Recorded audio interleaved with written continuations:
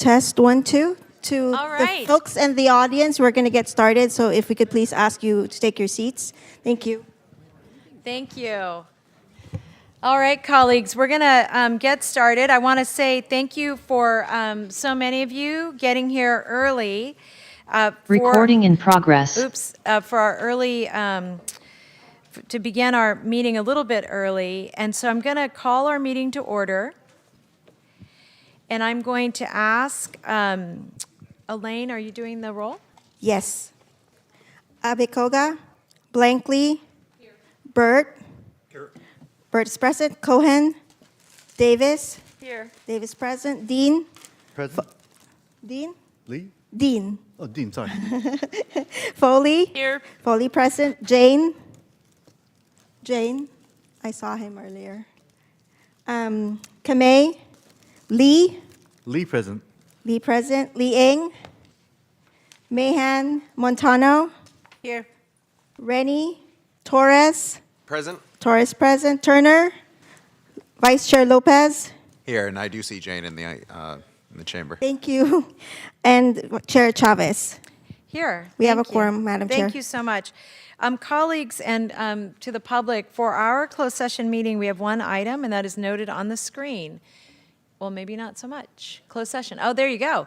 And is there anybody here who would like to speak to the closed session item from the public? Seeing none, I'm going to close do we have anybody online? Okay, I'm going to close the public comments. And now we're going to recess into closed session. So if there are any members of the public who are in this room, I'm going to ask you to go next door to room 157. Is there any members of the public here? All right, seeing none, we're going to close for closed session. I'm going to ask staff to make sure that we have no members of the public coming into the building. Is there somebody out there that will direct folks to the 157? Perfect.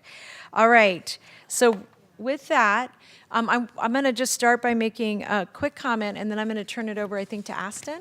Is that right? Okay. And I saw Captain Cardoza. Yes. All right. Oh, and also Doug. So, colleagues, and I'm going to use the intercom just because it's easier and you can't hear it outside. But colleagues, I just want to remind you that this is a closed session that is focused on safety and the safety of this room and how we operate. So I'm going to and we only have 30 minutes, so I'm going to turn it right over to Aston. Thank you.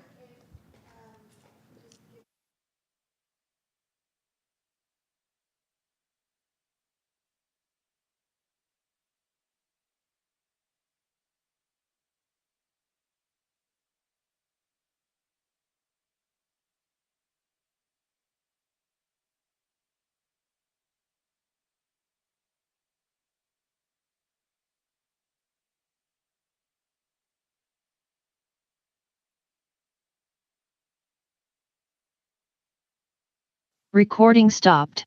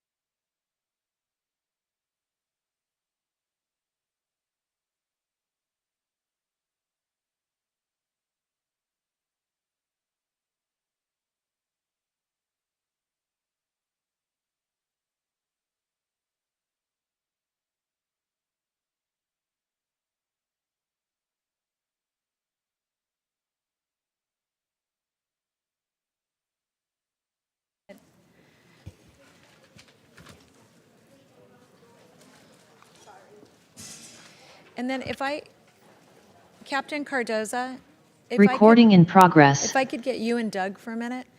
We're going to reconvene our VTA board meeting. We're now back to open session. Evelyn, could you make the closed session report? Yeah, thank you, Chair. The board did not take any reportable action in closed session on item 2.1. Thank you. Our closed session is now adjourned, and we will convene in 2 minutes.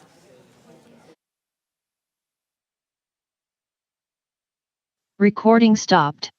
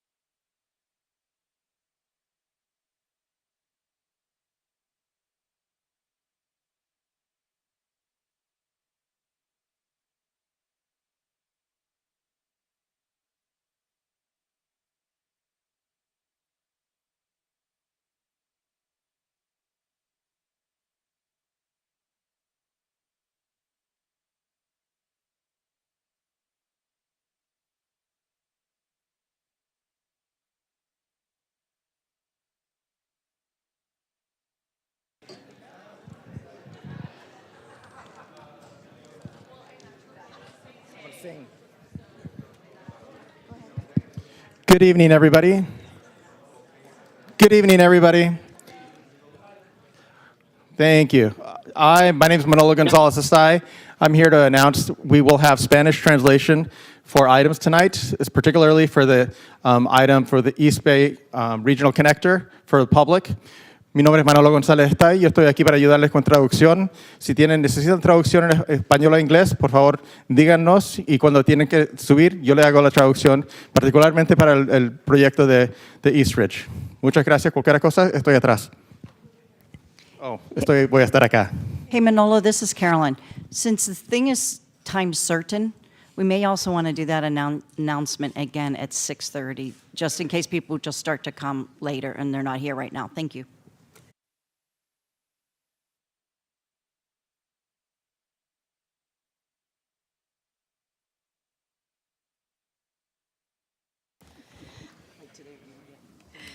Right. Good evening, all. We're going to begin our regular VTA. Recording in progress. We're going to begin our regular VTA board meeting for Thursday, March 7th. And so I'm calling us to order. Just a few safety reminders. Please take a moment to identify your nearest exits. The nearest AED is by the public table in the back of the chambers. Restrooms are outside the double doors and adjacent to the reception area. In the unlikely event we need to evacuate, our assembly area is in the plaza outside of this building through the double doors. And I would just like to welcome the members of the public who joined us tonight. Those who would like to address the board are encouraged to complete a blue speaker card. And those at the public at the public information table in the back of this room, please submit the completed card to the board office staff prior to your item being heard. Virtual attendees can use the raise hand function in Zoom or press 9 if you're dialing in. We will be inviting those who attended in Zoom to speak first, in the room first, and if you're on Zoom, we'll invite you second. Colleagues, I'm just going to remind you to keep your mics muted until you're ready to speak because we have gremlins. All right, with that, we're going to take the roll. Abekoga, Blankley, Here. Burt, Here. Cohen, Davis, Here. Dean, Foley, Here. Jane, Kamei, Lee present, Lee Ing present, Mahan, Here. Montano, Here. Rennie, Rennie present, Torres, Turner, Vice Chair Lopez, Here. Chairperson Chavez. Here. We have a quorum, Madam Chair. Thank you. Thank you so much. Next, we're going to move to item 1.2. This is the orders of the day. We have an addendum to the agenda, item 5.2AX, update on SB 925. Agenda item 7.2, Eastridge to BART construction contract and funding will be heard at a time certain, no earlier than 6:30. We also have several items on the closed session agenda, and I want to encourage everyone to be concise with their comments, especially, well, I think that was Elaine talking to me. Okay, there you go. Are there any changes from our colleagues or staff? And I see no changes, so there's no motion necessary. I don't need a motion for 9.2, that 9X one? Okay, great, thank you. Tonight, item 2 is normally where we have awards and commendations, and we have none this evening. We're now going to go to item 3. This is public comment, and this is a portion of the meeting reserved for the public who wish to address the board on something that is within the purview of this board, but not on the agenda. Each person will get 1 minute to speak, and I'm going to see if there are any cards in the room for this item. These are item 3? Okay, 3, okay. And then we'll ask if those online can start to raise their virtual hands if they'd like to speak on this item. I'm going to invite up Ariana Dominguez, followed by James Brightman and Jordan Muldow. So if Ariana, if you want to come forward.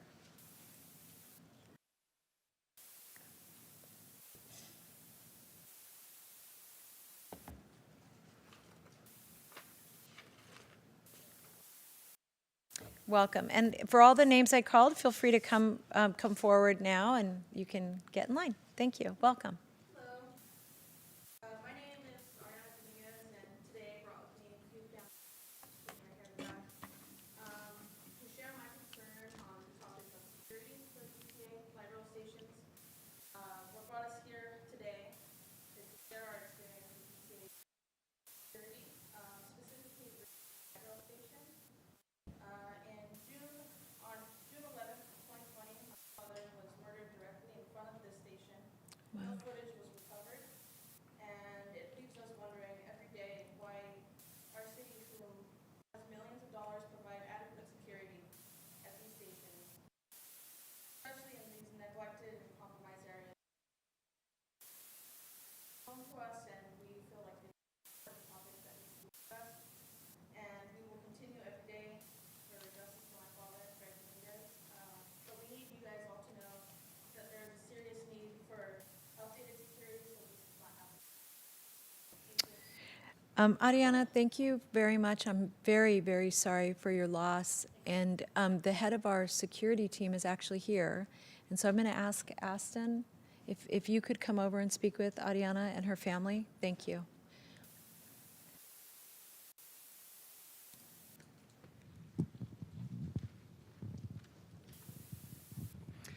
Jordan Moldow from San Jose. I wanted to talk for a minute about bicycle safety on county expressways.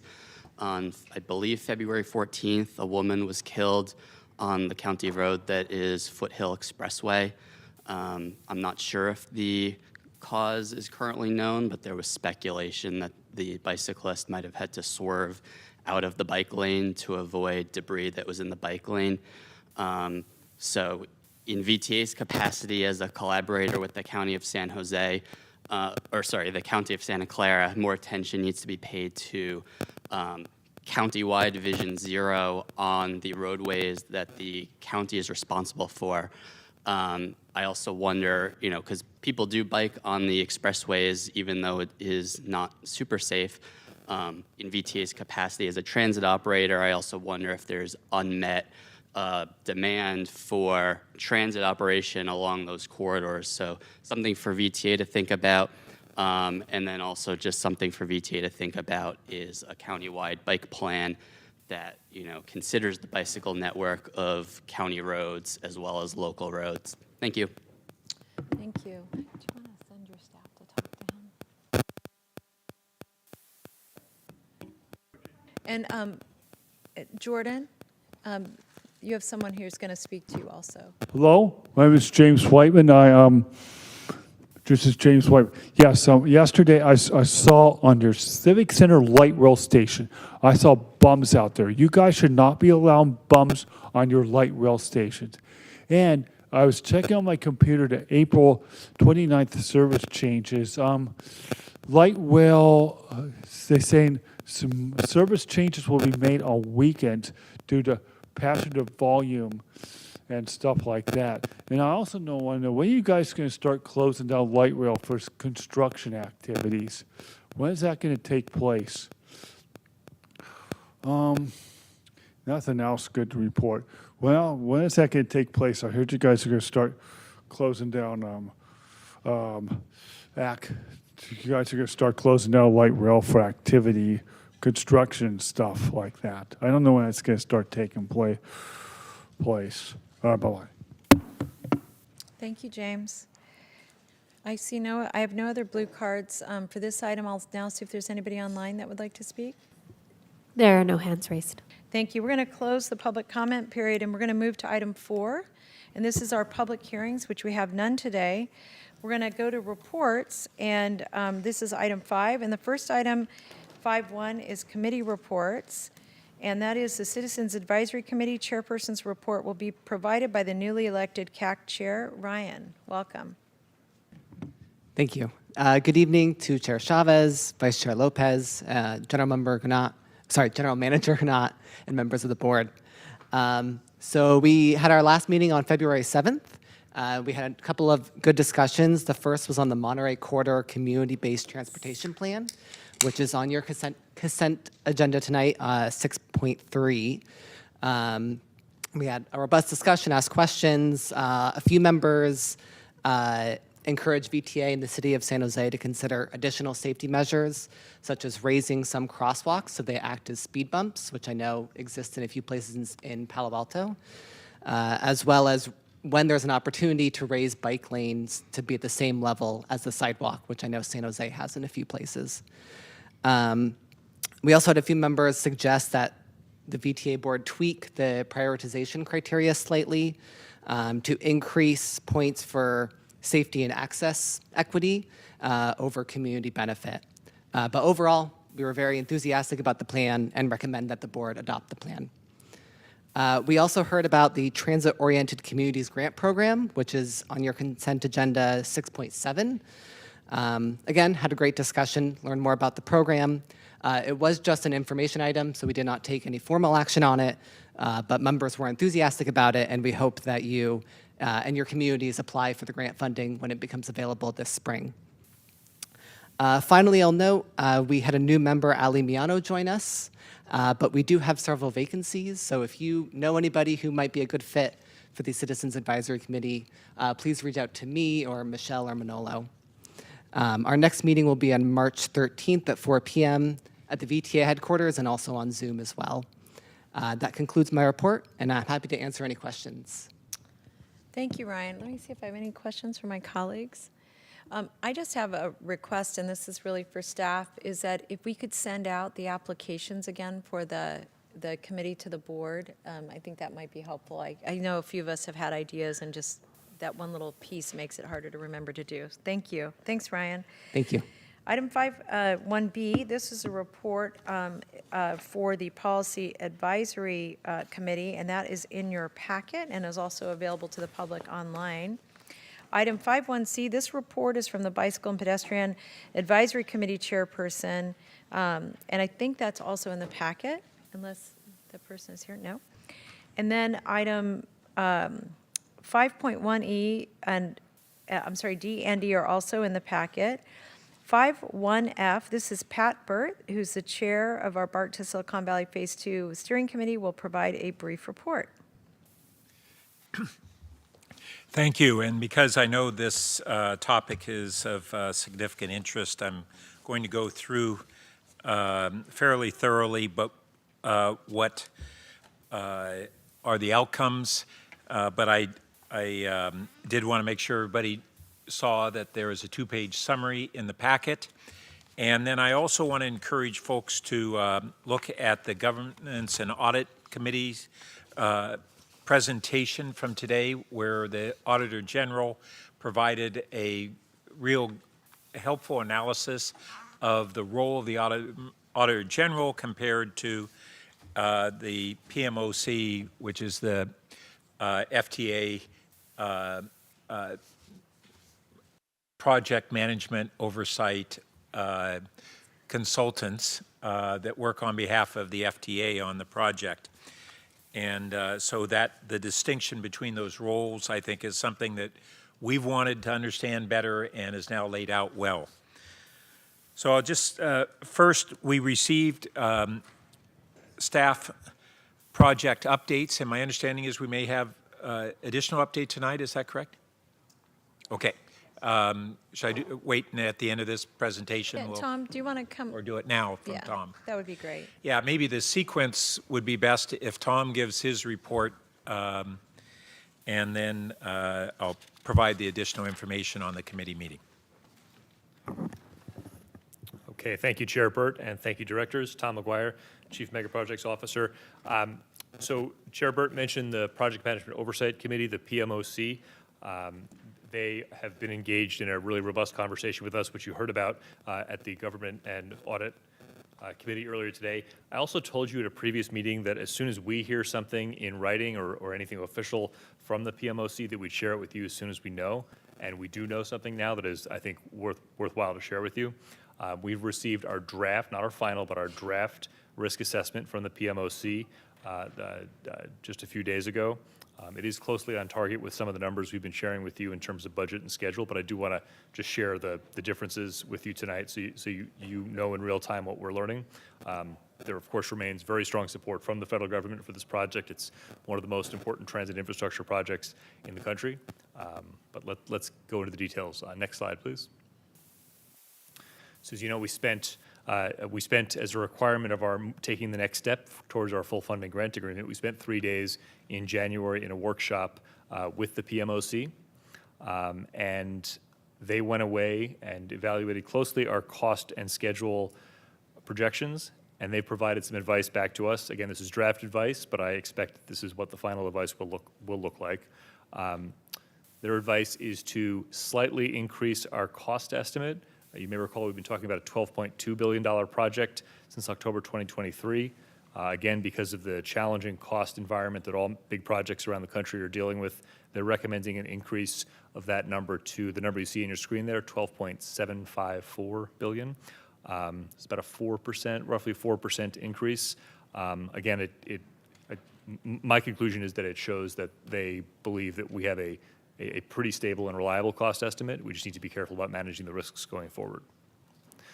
The second thing they shared feedback on is the schedule. Again, recall we've been talking about a fall 2036 opening date.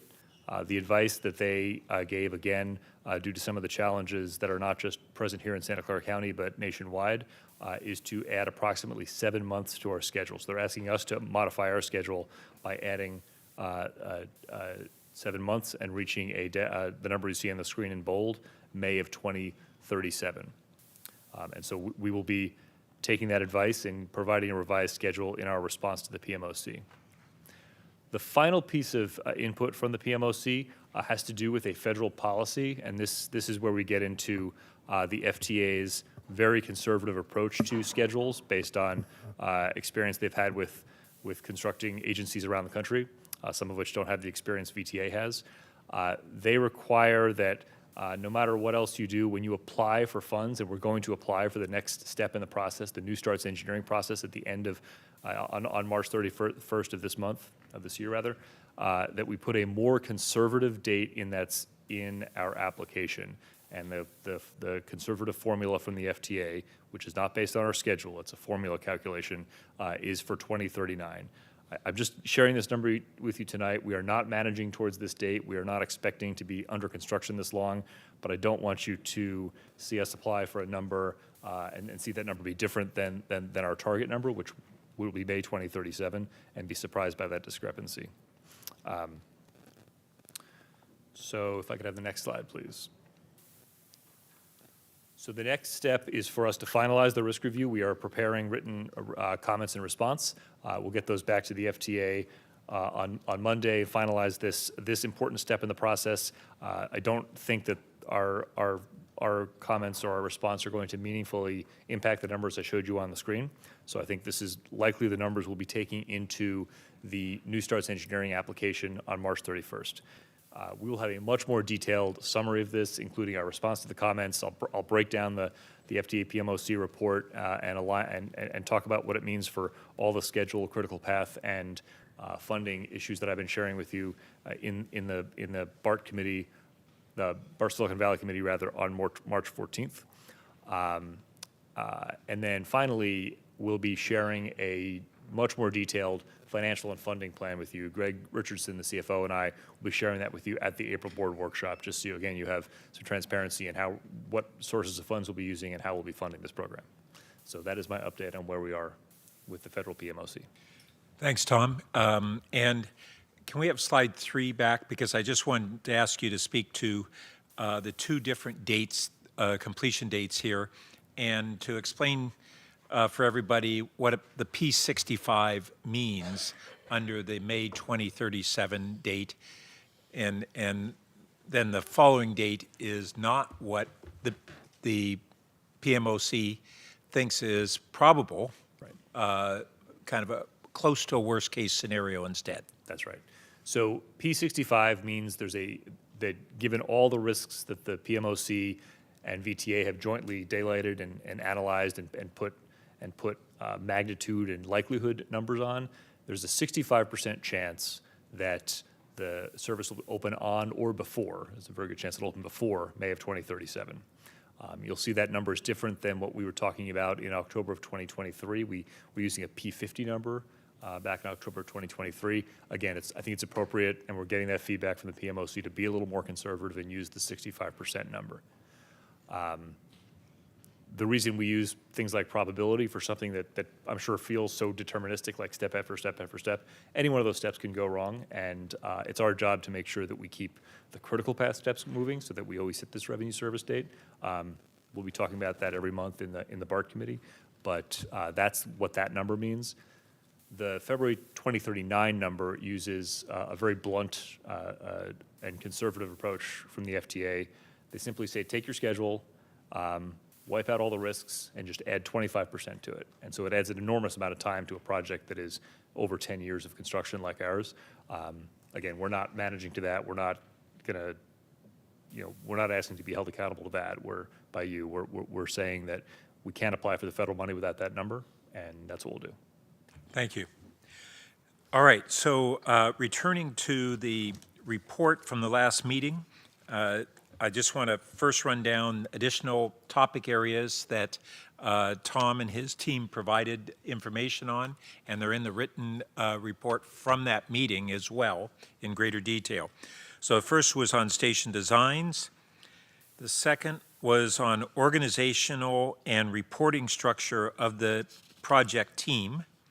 So really wanting to understand VTA staff, consultants, and contractors and the respective roles. Then an update on the budget and schedule and contracts and risks, which we just received a more specific presentation than Tom knew at that time. And so this was in greater detail than we had as a committee when we met. And then just a further explanation of what the PMOC roles were when they come out for this 3-day intensive audit, and what I alluded to a little while ago of us needing to get a grip on, so what's the PMOC role in an auditing function versus our own Auditor General. And the PMOC is really more of technical experts looking at technical risks and mitigations. Is that a fair way to say it, Tom? Yeah, I think that's right. That's right. Okay, thank you. And then lastly, that on that area is that all the PMOC reports are now published and accessible on the VTA project website. As soon as we get the final version of the very latest one, it will immediately go up. And so all this is now transparent to the board and the public going forward. Then we also had a presentation from the Auditor General. He went through this comparison of his role versus the PMOC and the staff's roles, and explained his process for assessing risks within certain themes that are within his purview. And the first theme that he's focused on is finance-related risks. And that includes not only traditional auditing review of payable processes, the vendor and contractor invoices to make sure we have the right controls, but also the project's budgeting procedures and the project's funding plan, which is a big issue. And then the committee provided some additional feedback in the meeting. So first was we emphasized the importance of greater communication with BART staff, and then reiterated what the board and the committee have emphasized about transparency, and emphasize our interest in really having a deeper understanding on strong community education about the project, as well as community engagement of the two-way communication with the community on it. And then the last area is some topics that the committee has requested for future meetings. The primary ones were a community engagement report, the project, a placemat that shows the schedule and expenditures in a way that we can kind of track it all in one comprehensive sheet and see changes as they occur. Lessons learned from BART Phase 1. And this is one of the things that the board has brought up before is that was a big project and it was a great learning curve, and we need to make sure we're really reflecting on the lessons learned. Risks that are involved with the tunneling, period, and all that the technical risks primarily that are involved with that. Greater information on station designs. Concerns over how to mitigate the labor shortage of specialized people that will be required from the upper management of this all the way down to the people who are digging the tunnel and related aspects. And then lastly, the project cost report and timeline, continually having those good updates. So I'll just say that it took us as a committee a few months to really get our arms around what are all the things we should know and should be doing. And same thing with the Auditor General and with our staff. It's one thing to say we want more information. It's another thing for all of us to come together and say, well, what does that entail? And begin that process of really doing it and then analyzing and critiquing that information. And I think we're now in that second phase with knowing what we're looking for and digging into it on an ongoing basis. And I'd be glad to answer any questions. Sorry for the long report, but I think this is an area that's important to the board and the public. Thank you. I'm going to go to the public comments first, and then I'll come back to my board colleagues. So if I could call up folks wanting to speak under item 5.1, and I'm going to invite up Eugene Bradley and then Jordan Moldow.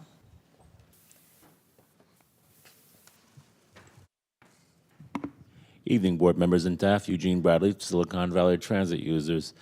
Just looking at this presentation, just a couple of things. One, I noted that there have been changes to the design proposed for the 28th Street Little Portugal station, which now has underground utilities built outside the station, not within. Perhaps this is a move to contain costs. However, here's something that should really have been, that really ought to be part of the information for the steering committee. There really needs to be an independent review of the cost comparison between having the single board that VTA approved and the twin board, which BART typically uses for building its stations underneath San Francisco. That review really needs to be done because given the fact that the project is now $12 billion and over more than 20 years late, there really needs to see where costs can continue to be cut for this project. Thank you.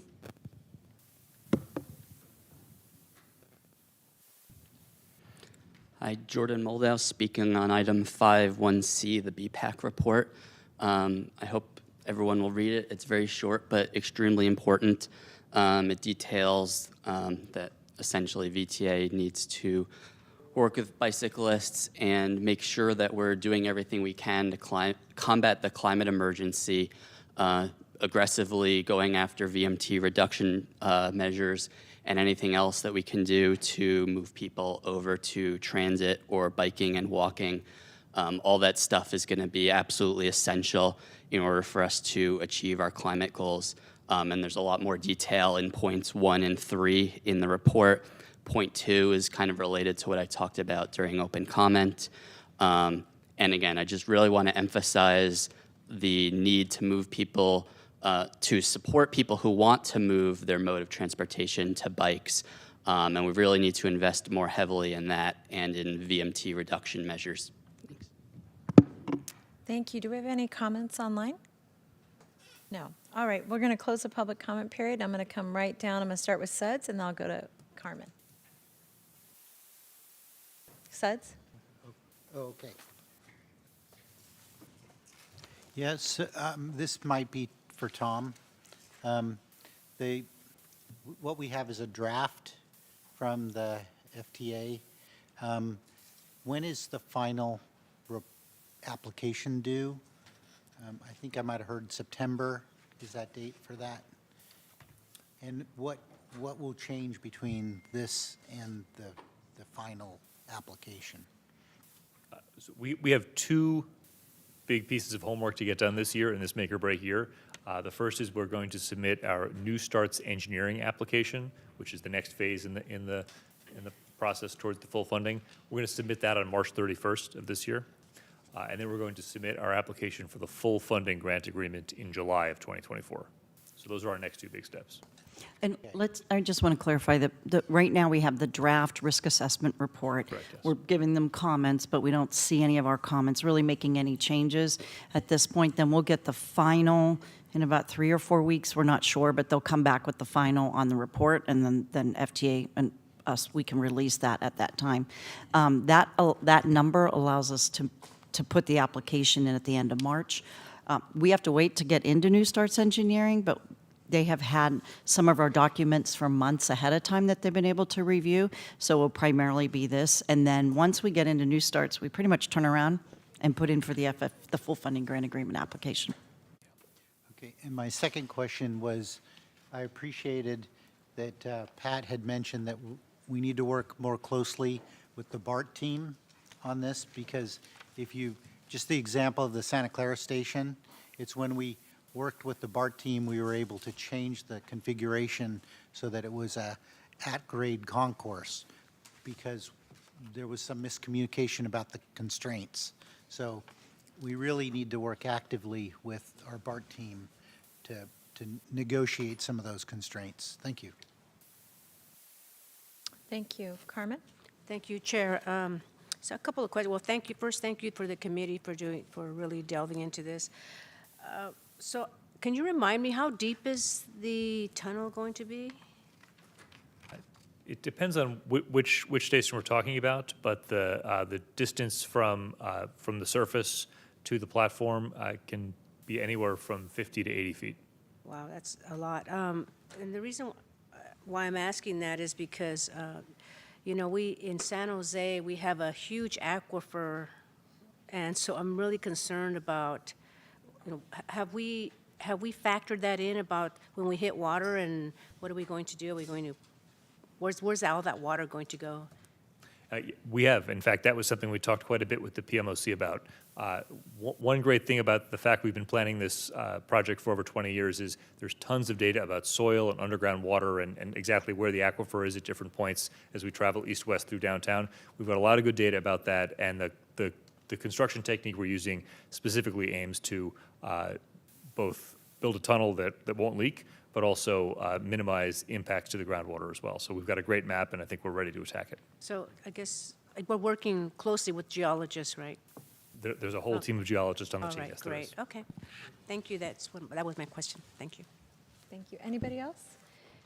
Yes, I'm going to go to Deb and then to Omar. Thank you. I appreciate the report, Tom, and the Director Burt and I were kind of laughing. A $500 million increase isn't really a small increase, even though we're talking about $12 billion.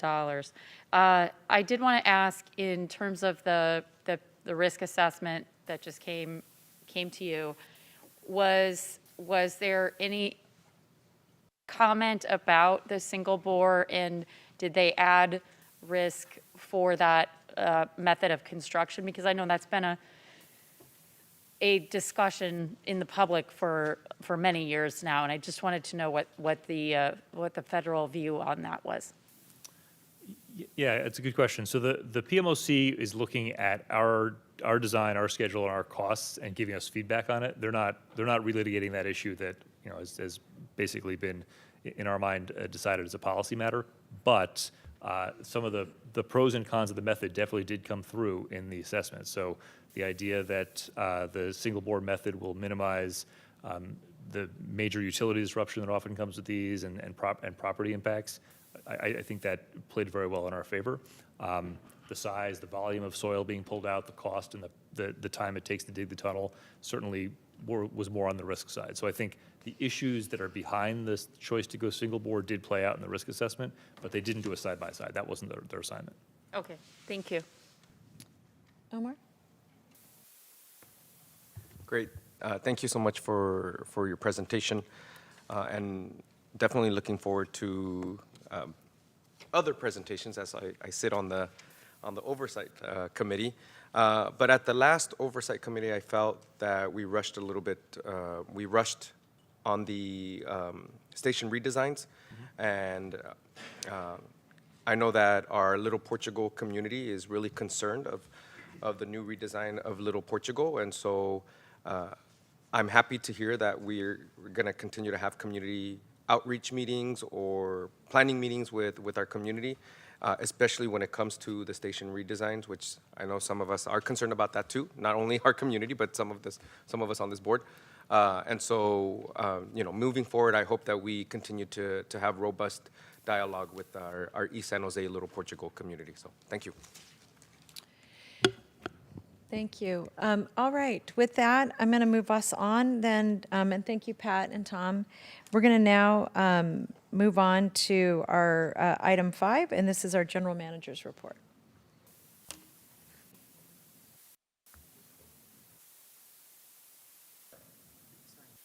Good evening. Sorry, I just put something in my, ate something I shouldn't have. But, I do look forward to sharing some exciting items with you this month. But the first thing I want to discuss is primarily the two items that are major items that are going to be in front of you tonight. Can we go to the next slide? First is the Eastridge to BART Regional Connector, which you know is a 2.4-mile extension of light rail service from Alum Rock Transit Center to Eastridge Transit Center with 2 additional stations, including Story Road and Eastridge. And this project is an important opportunity to extend our light rail system to a community that is our biggest ridership corridor, and it has been a large priority for the VTA board since before Measure A was passed in 2000. So it's really a chance to provide faster service with the connections to allow people on the east side to travel by rail throughout Santa Clara County.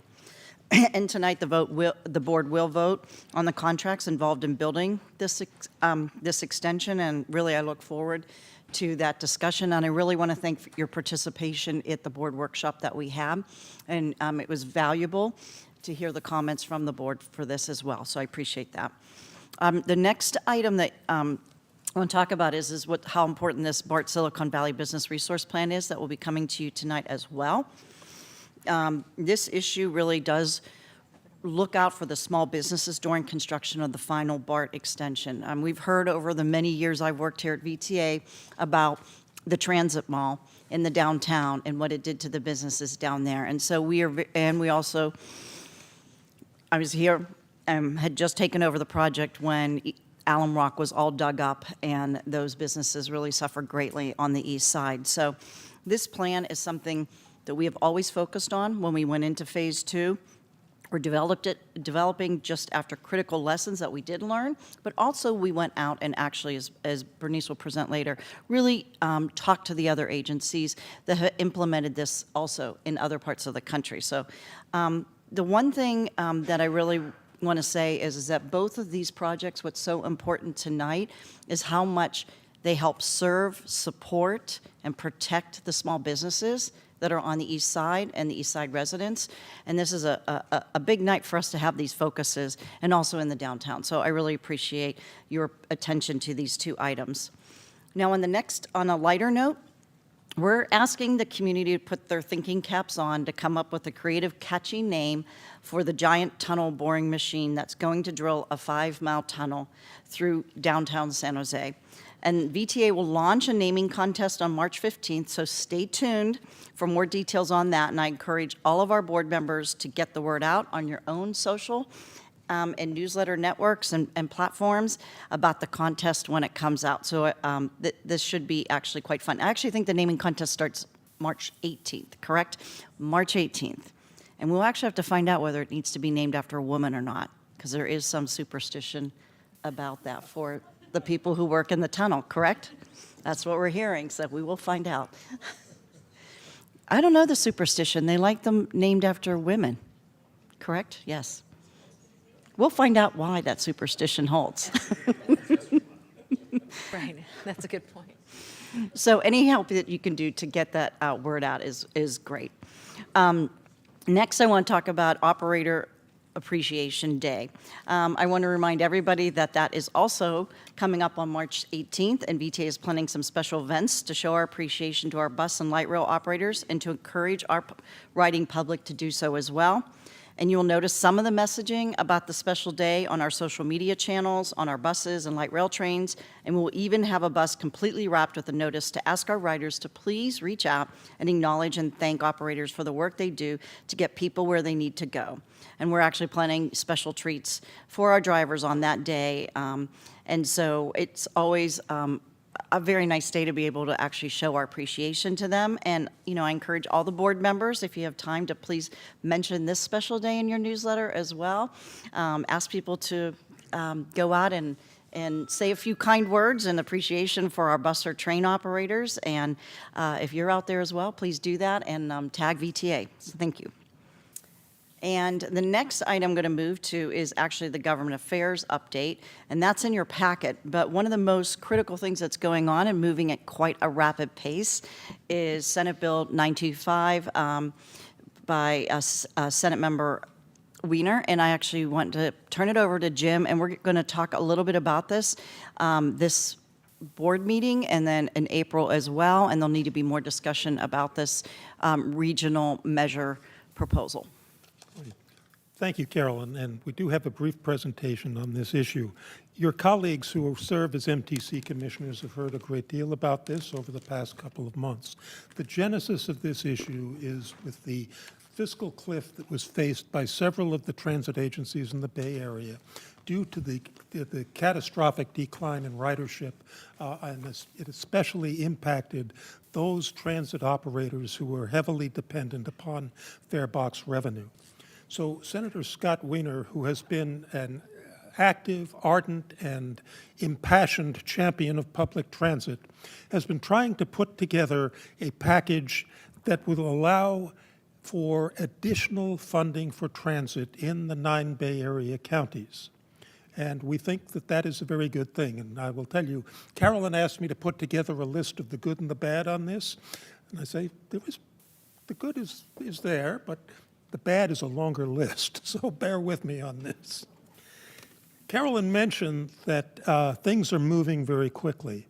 As of this afternoon, it is no longer SB 925, dramatic pause. It is now SB 1031 by Senator Wiener.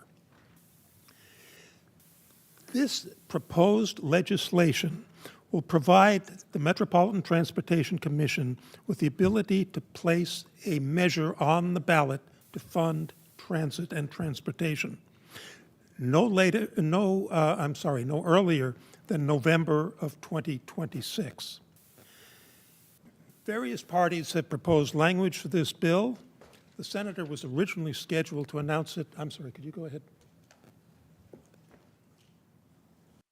Was originally scheduled to announce his language on March 11th. This afternoon we were told that's been changed to March the 18th.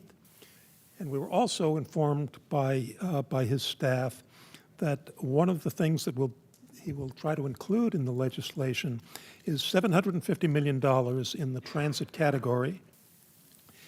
And most concerning is to combine Senator Wahhab's bill that you may recall from last year that would consolidate the 27 Bay Area transit agencies into one or, more than 27, less than 27 operating entities. As I said, his language will be due on the 18th. The purpose of that language, if you could go to the next one, please, is to allow MTC the ability to put that measure onto the ballot. And that can be done, according to what the senator's thinking is at the moment, in all 9 counties or some subset of those counties.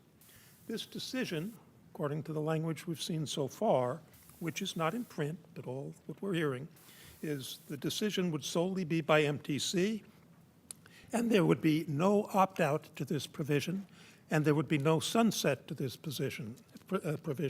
So it could happen for any election from now until the next ice age. I want to clarify, like when Jim said the language isn't in print yet, this is language that MTC has proposed to be in Senator Wiener's bill. So, And the senator's staff Right. did say this language that MTC has proposed is language that he's thinking of following at this point. But that is also like breaking news. Thank you for that clarification. They proposed various different methodologies in this legislation for raising revenue, but I think all of you who've been through sales tax measures and transit measures with VTA over the many years we've been doing this, you know that sales tax is the only one that has a chance. Their own polling, the MTC's polling, as well as other organizations' polling shows the same thing, that it is more than likely that sales tax would be the option selected. The specifics on this is it prioritizes operating shortfalls and the maintenance of existing service by transit agencies. Our concern, enhancing the frequency of service, would be the second priority if financially sustainable. It would create a seamless and convenient system to attract riders, and it would enhance safety and enhance the safety and enhance all transportation modes. It gives priority to operators facing shortfalls, and that our concern is with increasing, not maintaining our service. The next slide, please. The other concern that we have on this is that it does establish within the law MTC's authority over the transit operations through the regional network management, which came from the Blue Ribbon Task Force and has come up with some good transformational ideas regarding coordination. But it enumerates that this regional network management methodology would include oversight of fares, including payment and integration, schedules, mapping and wayfinding, and real-time information. Compliance will be enforced by withholding STA or TDA and any future revenues. And just as a frame of reference, our budgeted STA amount for this year is $27 million, and our budgeted TDA revenues are $126 million. The amount of control afforded to MTC is of serious concern to staff.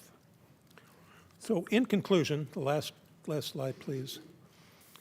We recognize the need to support our fellow transit operators. We want to be supportive of Senator Wiener in his efforts.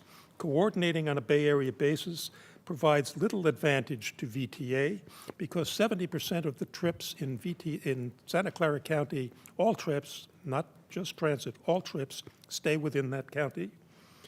Our operations are funded 70% by our sales tax, and the way this is written currently, there can be a potential conflict with existing or future sales taxes we have that will sunset in a few years. We're concerned there are no opt-out provisions. We're especially concerned that there's no return to source. As you know, if this is a sales tax, that would be at 25% of that amount from the 9 Bay Area counties would be generated in Santa Clara County. It codifies MTC's authority over decision-making, whether or not the ballot measure authorizing the sales tax passes or not. So in other words, all of these thou shalts will come about if whether or not the public authorizes these tax increases. We have the following choices as regards this. When it comes to legislation, you have with the lead program that the board approved, given staff the authority to look at measures that support our mission, and we can support them, or oppose our mission and we can oppose them.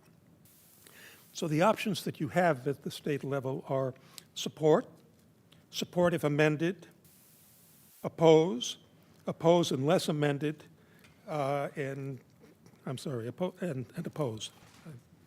I even wrote that down so I wouldn't confuse them, and I did it anyway.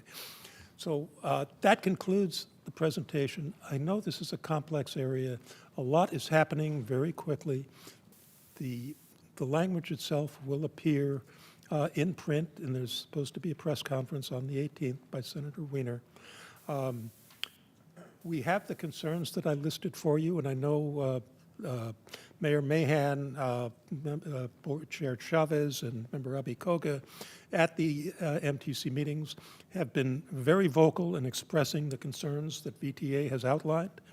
We would appreciate if they continue to do so, and we would also appreciate their guidance as this issue moves forward. Thank you. Happy to answer any questions. I just want to follow up. You know, we have been participating in the regional network management. One of the concerns, though, by all the agencies is how do we fund it? And, you know, right now it could potentially be coming off, which it is, coming off sort of the top of funds that would normally come to us for transit operations. But there's value in some of the work that we are doing, and we're fairly engaged in that. That work could continue either way. They just want to codify it, but that would also allow for the authority to withhold our funds, which right now we don't have that happening.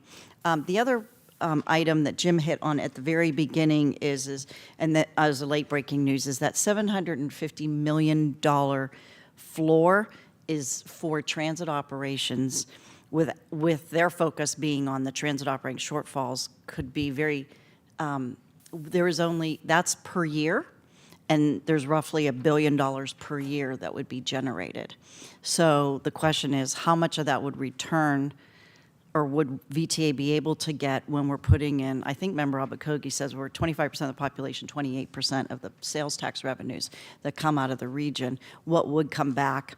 There is no language right now for return to source, and my bigger fear is that our sales tax measure that we would need to pass to continue our operations. We have 21% of our Measure A is going into transit operations,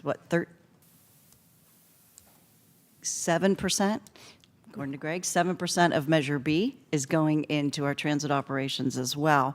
So we're looking at a substantial amount of money. I mean, we're looking at roughly 25% of all of our sales taxes, I mean, coming in. You know, it's quite nerve-wracking to think that we may not be able to continue to fund transit operations unless we go through. And what's most important to us is to be able to increase the frequency, because the only way we're going to get more riders is to make it a more stable system with more frequency.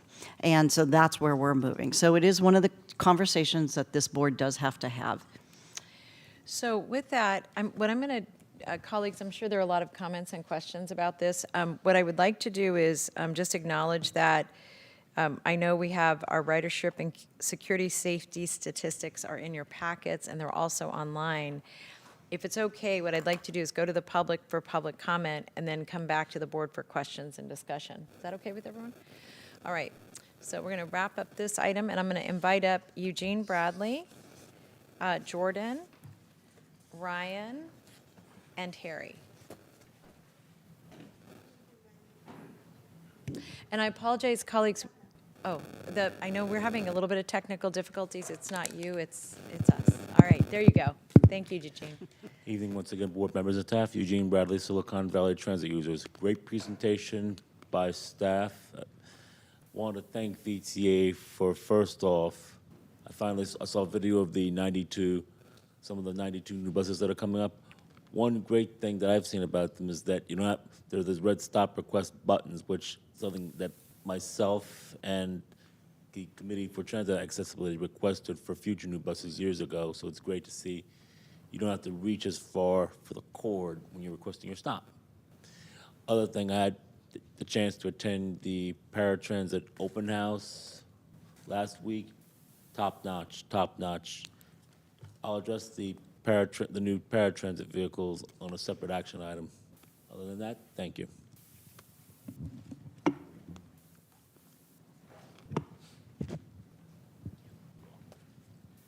Jordan Moldow, San Jose. I'm asking you to support the regional transit measure and support Senator Wiener's bill. Sounds like there's some potential issues to work out, but I asked the board to go into this with a spirit of cooperation with the other agencies. BART and Caltrain are really hurting. We're lucky that we're doing well, but the whole region will be really better off if all the transit agencies survive and if they can cooperate better. So if VTA has to give a little to support the transit agencies that aren't doing as well, I feel like that's a worthwhile cause. You know, obviously make sure it's not too terrible, but I think overall it's worthwhile. So please support it. You know, maybe we don't want to give MTC full authoritarian control of everything, but I think there needs to be a lot more regional coordination, at least as far as transit rider experience are concerned, and some consolidation of the 27 agencies might be good. Thank you.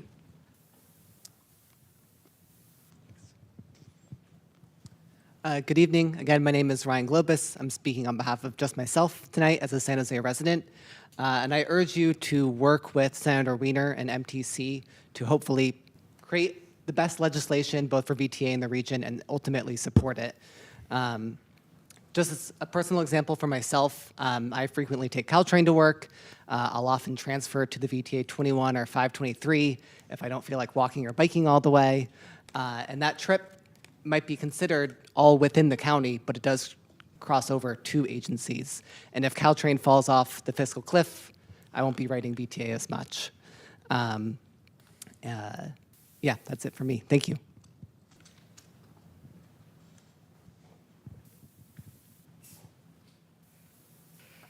Good evening, members of the board, Chairperson Chavez, Vice Chairperson Lopez. I am here today to urge you to adopt an oppose unless amended stance on this item. The issue of return to source is extremely concerning. It is very important, as was acknowledged, that we should be helping out our fellow operators in the region, but if we're going to do that at the expense of improving our own service in its entirety, I do not believe that that is a worthwhile initiative. We need to improve our own service as well as help support the rest of the region, because if we are stuck at this level of service where we are still behind a lot of our peers, and we sign on to this, we may not have another opportunity to get the amount of funding needed to improve our service. Thank you. Thank you. Do we have any commenters online on this item? We do. Seth, followed by Seamless Bay Area, followed by Cecilio. Seth, you may begin speaking when ready.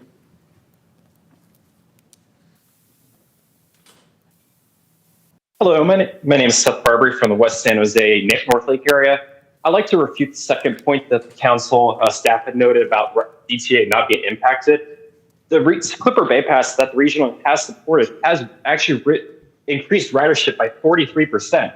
And a reminder, they're mainly taking VTA transfers. VTA stands to gain a lot more ridership with regional networking being together. VTA isn't just a little fiefdom. There are 27 other agencies that people are using to get around Bay Area with VTA. We all have to work together, not trying to take our own little piece of the pie. And if everyone else also gets lifted up, it's a rising tide. We all will benefit. Thank you. I hope you support the bill. Thank you. Next, Seamless Bay Area. Dina Levin with Seamless Bay Area, forgot to double log out.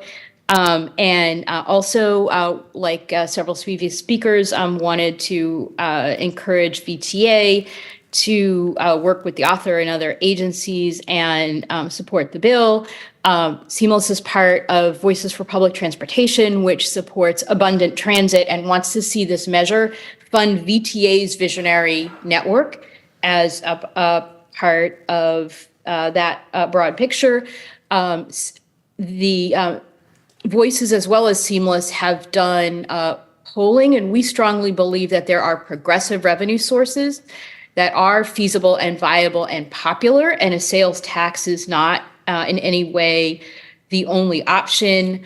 As others have mentioned, VTA does have significant to gain by participating in things like the Bay Pass. And lastly, with BART, BART needs to run. VTA is heavily invested in BART, and ensuring that BART succeeds is a high benefit to VTA. Thank you. Thank you. Next, Cecilio. You may begin speaking when ready.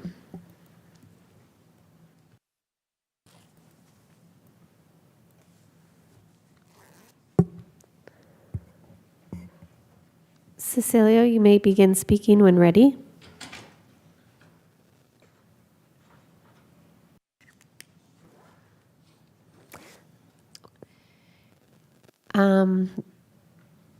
Madam Chair, that individual is not. Oh, ¿Aló? Welcome. yes. You may begin speaking. Yes, ¿me escuchan? You can listen me? Yes. Okay, I can speak in Spanish? Yes, un momento, por favor. Aló, aló, ¿me oye? ¿Me puede oír? Habla Manolo.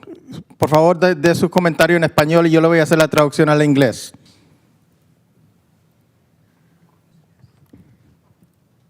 We might want to give him a second. He is muted again. Manolo, can you ask what item he would like to? Aló, ¿podría preguntarle de qué se trata lo que quiere hablar hoy? ¿Se trata del punto de Eastridge o acerca de otro punto? Manolo, ask him to unmute again.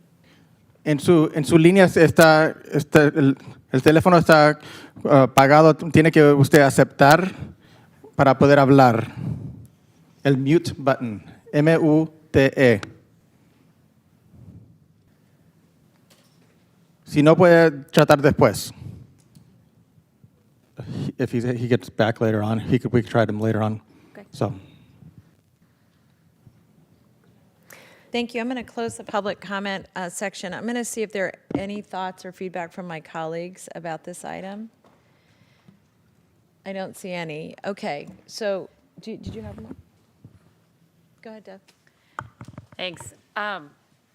First of all, I just want a clarification. You said the number changed, and neither Pat nor I caught it's 10, what's the, it's not SB 925, is it SB 1031? I'm sorry, Deb. Sorry. You said the bill number changed? Yeah, they announced this afternoon that they've killed SB 925. They are now utilizing SB 1031. And don't get excited about it. It simply means they're going to do a gut and amend and Totally understand. Yeah, I was just trying to track it. It's a moving target. Thank you. And then Thank you. I guess I don't know that we've had the discussion at the board level about the level of central planning that we're willing to be subjected to. And now that is likely to be part of the bill, regardless of whether the measure passes or even goes to the ballot, I think that it's important for us to have that discussion. If I may, we are planning on having that discussion in April. Thank you. And so is that when we're planning to vote on whether we take a position and what position we take on this measure? At that point, we will know what the What's in language it? is, and we will be in a better position to vote as a board on that. Yes. It would be helpful to us if we could have some guidance from our MTC commissioners during the interim period so that we can be articulating a position as this develops. Thank you. So to that end, I think that Wahhab's bill talks about studying consolidation and having a plan for it. It doesn't talk about actual consolidation unless that has changed. There is nothing in writing at this point. That question was asked and not answered. Okay. I personally think it is premature to be talking about consolidation without having even just a study first and funding for that study and a full vetting of said study. So I personally would not support this bill if it had anything in there about consolidation. I have major trepidation about empowering MTC further because everything I've heard from our MTC representatives, our local representatives, is that we've been a donor county for a very long time, maybe since the beginning of MTC, and giving them more power over our local transit network sounds to me like we will have less local service, not more local service, regardless of what the priorities are on the funding side. So I have major concerns about what's likely to be in the bill as you reported today, and I think that our MTC representatives share some of those concerns, and I hope the rest of the board does as well. This is extremely, at least as far as I'm concerned, premature to be having these kinds of discussions and putting them in legislation. Thank you. Pat? Thank you. Two things. One, on the question of what sort of funding mechanism there might be. I seem to recall that MTC had actually done polling. It may be a little bit dated, but can we receive whatever polling they've had on the different approaches that they looked at? And then second, in this question of not only what we're against in terms of consolidation, but what we would be willing to accept. And I think what I, at least in my mind, am most clear on is that we would strongly object to hostile consolidation. Now, my understanding is that there are other, like very small bus agencies and counties and things like that, and we may be able to say that we're supportive of incentives that would help agencies consolidate on their own free will and encourage them to do so, but opposing mandates or punitive measures against agencies. And those may be distinctions that we can make, and I think the more that we can find an acceptable ground versus hell no, the better chance we have of having ultimate influence. So as I've thought through this, I think that may be a path that we can navigate, and I really look forward to this upcoming discussion. And I'll be very brief with my feedback. I think as we remain engaged in these discussions, and I know we very much support transit in the region and for our partners, but I think the line we can draw in the sand that I see is pretty clear, which is that we will oppose anything that results in less service or less funding to VTA. I mean, it's hard.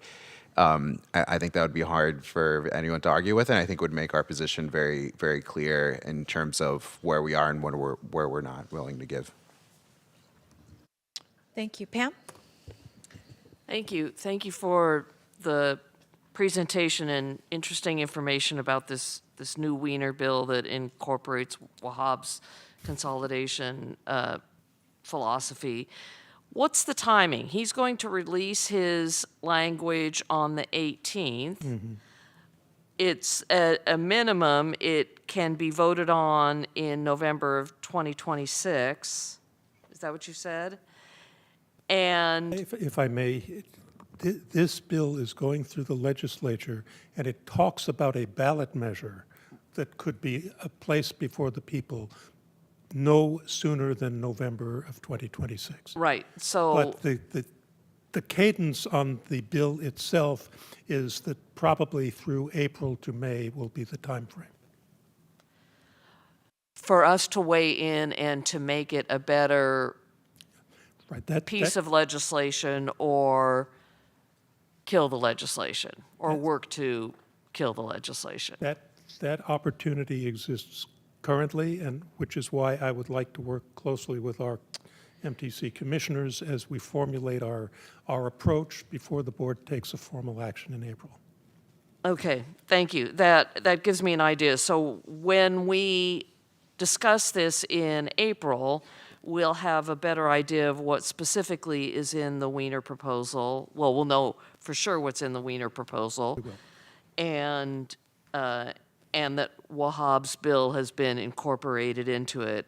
I too disagree with the consolidation. It doesn't make sense for us VTA to just wholeheartedly say consolidation is a great idea unless we are getting something in return.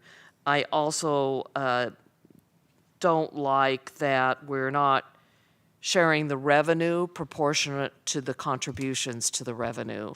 We certainly want to support other transit agencies, but not at the sake of our own transit agency, where we need to look at things like lighting and security at our bus stops and light rail stations. So, and budgeting can be a difficult shortfall for us too, for the things that we want to do. So we need to protect our self-interest while looking at the greater good. So how do we do that? So I guess this discussion feels a little bit premature because we're talking in theory.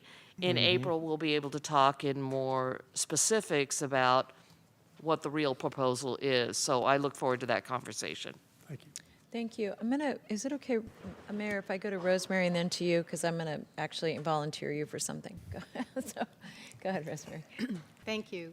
I guess for me, I wasn't clear, so I'm going to ask you to be clear about your last bullet, because I believe in trying to find ways to collaborate with other agencies, and I ride Caltrain and I really like it, and I think that there is some benefit with having sort of the crossovers when you can have them, and that is a benefit. However, regardless of the language, regardless of ballot measure or anything else, this last item is very, very concerning. What does it actually mean? What it actually... It says here, as I read it, it says it codifies MTC's authority over decision-making, whether the ballot measure passes or not. Yes. What exactly is that? We will certainly provide you with a more detailed response to that. It will be laid out very carefully in the Senator's bill. But if you go back a slide, please.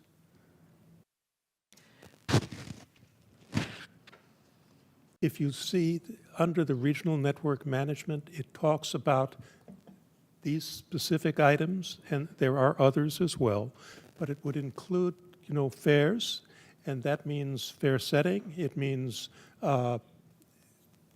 good things like all youth passes would be the same. All senior passes would be the same age range. There are good things about doing that, but it does remove the local authority to make a lot of those decisions. The fare payment and integration is very tough. We have 3 members of the Caltrain board here, and their fares are distance-based, as are BART's. Ours and most transit agencies are not. Integrating them is difficult, and it could be costly to us. Schedules, absolutely. We should coordinate schedules for meets and greets. The thing that helps schedules the most is frequency of service. Not saying that every 45 minutes you're going to meet, because you get stuck in traffic, you're not doing well. Mapping and wayfinding, sure. But one of the things MTC determined was that changing all the maps and wayfinding information throughout was enormously costly. Who's going to pay for that? Real-time information, fine. We should all be coordinated on that. But there are other things too. It would put the regional network management system into legislation, which is fine, but to have it able to make these decisions on our behalf, and the ability to withhold our STA and TDA if we do not do what they want is problematic to us. So can I just clarify this? Right now, there's a lot of discussion that MTC actually has the ability to set requirements for TDA or STA. But the commission would make those decisions. At this point, when it would go into legislation, the state would tell MTC that the decisions that are made on network management would have to be. So we would have less of a, we wouldn't necessarily have that dialogue at the commission. I'm sure MTC would, but it would just mean they would condition the TDA and STA potentially on this. The current way the regional network management program works is that we have there is a committee of the 7 large transit general managers. So I sit on that committee along with 2 smaller GMs and the MTC director. And we sit as the Regional Network Management Council. And then MTC has designated committee, which has, I forget how many commissioners, I think 6, can't remember how many. And then 2 ex officio from AC Transit and BART currently, but they could say 2 transit agencies and a state official on there. So that's how that's working. Codifying that is sort of, we don't know yet, and we don't know how that's all going to work. They aren't necessarily moving to that direction. We don't know. They want some kind of governance structure. I think Senator Wiener is interested in a governance structure somehow in the bill. I don't know what that is. All the Bay Area operators are probably more comfortable continuing to work the way we are and give it time. We just set up this regional network council. We are working together really well. We are at all the meetings. We are working through the fare integrations. We have changed our bid schedules for our unions and things to integrate. So a lot of work being done, but we just haven't had a lot of time to see how it worked to actually say, yes, codify it in state legislation. Yeah. And so that's sort of the concern that we have. Yeah, I find it very problematic, because it's moving towards MTC being the only agency that will have control. And I find that to be a big problem. And anytime you lose local control, it's very, very concerning. It's not just concerning, it's beyond that, I think. I don't have quite a word for it, but yeah. There was a general manager, I'm not going to say which one, that said, where it says the schedules, he said, loss of control of schedules is loss of control of cost. And that's their concern. Yeah. Thank you. Matt, you have the last word before I have the last word. All right, thanks, Chair Chavez. Look, I think colleagues already summarized a number of the most important points. I agree with Jim's assessment in an earlier slide here, and I gave pretty lengthy comments to that effect at MTC recently. I mean, to me, I think we have to have a red line around return to source for the very point Chair Chavez pointed out around the size of our population, the amount of revenue we will contribute, and just how reliant we are on the taxes we've already passed on ourselves to operate transit. And so I think we need to have a very hard line there.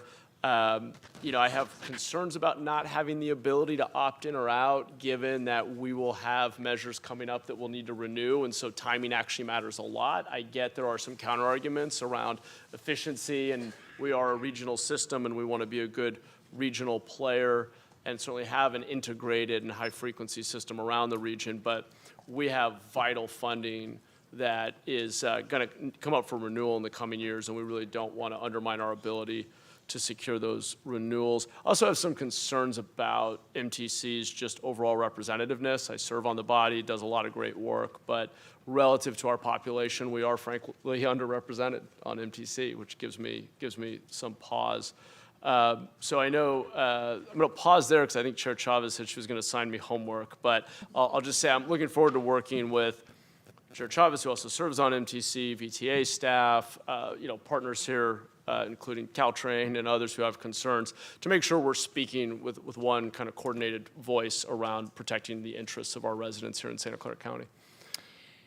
Thank you. Colleagues, I recognize that we've heard this item one other time with not a lot of information, so it's it's a very difficult discussion to have. I do think what staff is asking is that we put together an ad hoc working group to really work on this in between the times that the board is meeting, and I've heard folks' concerns, so I think we can incorporate those. What I'd like to do is make that the MTC membership, because I think that will help us be more consistent. And then Sergio, as vice chair, I just think it's important that you're part of these discussions. So we'll work with staff on that. And we don't need to take a vote on that. I'm just going to say that out loud. I do just want to say to everybody who came to speak on this, I really appreciate the feedback that we're getting from a regional perspective. And I think it's also very important that we be able to be extremely concrete about what our needs are and why we are thinking what we're thinking. And to that end, there are a few pieces of work I think are really important for the board to have a chance to see. One is a very simple breakdown of the way we fund ourselves and our operations today, and all the tax measures that we already have in place. And colleagues, two things that I want to bring up about that. One is that we tax ourselves more than any other region using sales tax for transportation. So we are very sensitive to sales tax programming because it will absolutely have an impact on us. The second is that we have a contractual relationship with BART that denotes how much money we are investing in them as we're expanding our program. That is also rooted in a sales tax. And then third, so what that means to me is that I want to be able to show our colleagues, this is what we're getting, this is when they would need to be renewed, and here are the implications of us not having say-so over when something goes on the ballot or whether or not it negates our ability to go on the ballot. So that's one body of work that I think is really critical. The other is, from a historical perspective, it is enormously important to understand what monies we've received to subsidize operations, if ever, from the state, federal government, or regionally. And the reason that's important is that when VTA was having challenges, because we were having a problem with ridership, and you've all heard us talk about what it costs per ride for us, we had been making the case as a region, as a county, to the region, saying it's important not to force VTA to make more cuts, because if we do that, we're going to see a spiraling down of service and quality of service. At that time, the agencies that were healthy and had a healthy fare box recovery were not as concerned about us, and one of the challenges we had regionally was making the case that it was incredibly important for us not to lose a base set of funding that kept us operational. When the fare box recovery dipped for our colleagues, which I completely understand, and they're moving lots of people, so I don't want to negate that, all of a sudden everybody is now understanding, oh, fare box recovery gap, let's all fill in. Now, as a region, just to say this to the advocates here, we leaned in. We went to advocate for money for Muni and BART without asking for any money for ourselves, and recognizing that Caltrain will be next on that list that needs an infusion. My point is that our staff being able to explain the historical context that got us into the situation we're in right now as we're trying to maintain and increase service, while absolutely being that we need to protect BART and we need to protect all of our partners, Muni as well. It just requires us to have a very thoughtful understanding of where we were, where we are, and where we need to be. And I think, to the point, Sergio, that you raised, therefore, what are the bottom lines for us? And I think, Pat, your point about, and where can we lean in? Because we absolutely want to be part of the region. We recognize the importance. But for a very long time, we've just been a little outside the bubble. And then the last thing I'll say, and I just want to reiterate something that Matt said, is that on the MTC board, we have very thoughtful colleagues from all over. Like, I actually really enjoy that board. And And the challenge that each of us have is that the areas that we represent are very unique in terms of the current transit service they have, the vision people have for their future transit service, and their ability to go to the voters in their own districts to be able to do what we've done here. So recognizing all of that, what is challenging is the way that board was structured pays no attention, zero zip, to population or land mass. And this actually speaks to the services we try to provide in South County, which my colleagues will say that we're not providing enough service in South County. And that one of our challenges is the area that we're operating in is 1,200, I don't know, is it 1,200 square miles or something akin to that? So I say that only because what it means is that we have to be thoughtful and rigorous and restate our purpose of being part of the region. And because MTC isn't divided that way, we have a very small, we don't vote by, we have very little leverage there, which means that anything that gets codified into law will be very challenging for us ever to undo. So if we're going to jump in the pool, we got to make sure we know exactly how deep it is and what we should be expecting so that we can both provide services to our community as well as the region. And I think if we go into it with that spirit, which I think Matt has been very candid about, I've been candid about, Margaret's been candid about on MTC, and I know my colleagues at Sobon Caltrain have been rigorous about making sure they're thinking about all of the implications for our partners at Caltrain. So we'll have an ad hoc committee. To those of you who came to speak, we hear you, and we also want you to understand that the organization here wants to make sure we can provide support to people who are transit dependent and low income and all the folks who need our services in our county. So with that, I'm going to say thank you to Jim and thank you to my colleagues for such thoughtful feedback, and we will report back. And I'm going to say that the ad hoc committee should just report back at the next board meeting because it will be very iterative. All right with everyone? All right, thank you. Thanks, and thank you again, colleagues, for being so thoughtful. All right, we're now going to go on. I'm going to just make a very quick comment. And actually, you know what? I'm going to hold my report until after we go to the next item because we have folks who've been waiting. So we're moving now to item 7.2, as I shared we would at 6:30. And item 7.2, let me just go to that, is we had it as a time certain because we knew we had some folks in the community that were very interested in this item. And this action item is the Eastridge to BART Regional Connector Construction Contract Award. And I will ask staff to come forward. It has 4 actions attached to it that authorize the general manager to execute a contract with MCM, Railworks Joint Venture, the lowest responsive and responsible bidder in the amount. Well, I'm going to actually turn it over to you. You can see the agenda item, and Ken, you got there right away.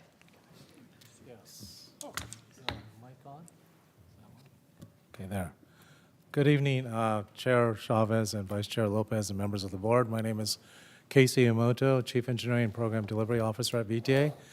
My division is responsible for the delivery of this project, and I have Ken Ronci here. He's the Deputy Director in charge of the transit program, and Greg Richardson, our Chief Financial Officer also. So we have about a 10-minute presentation followed, I think we're going to be able to play a 3-minute video following that before we go into Q&A. So I'll just turn it over to Ken.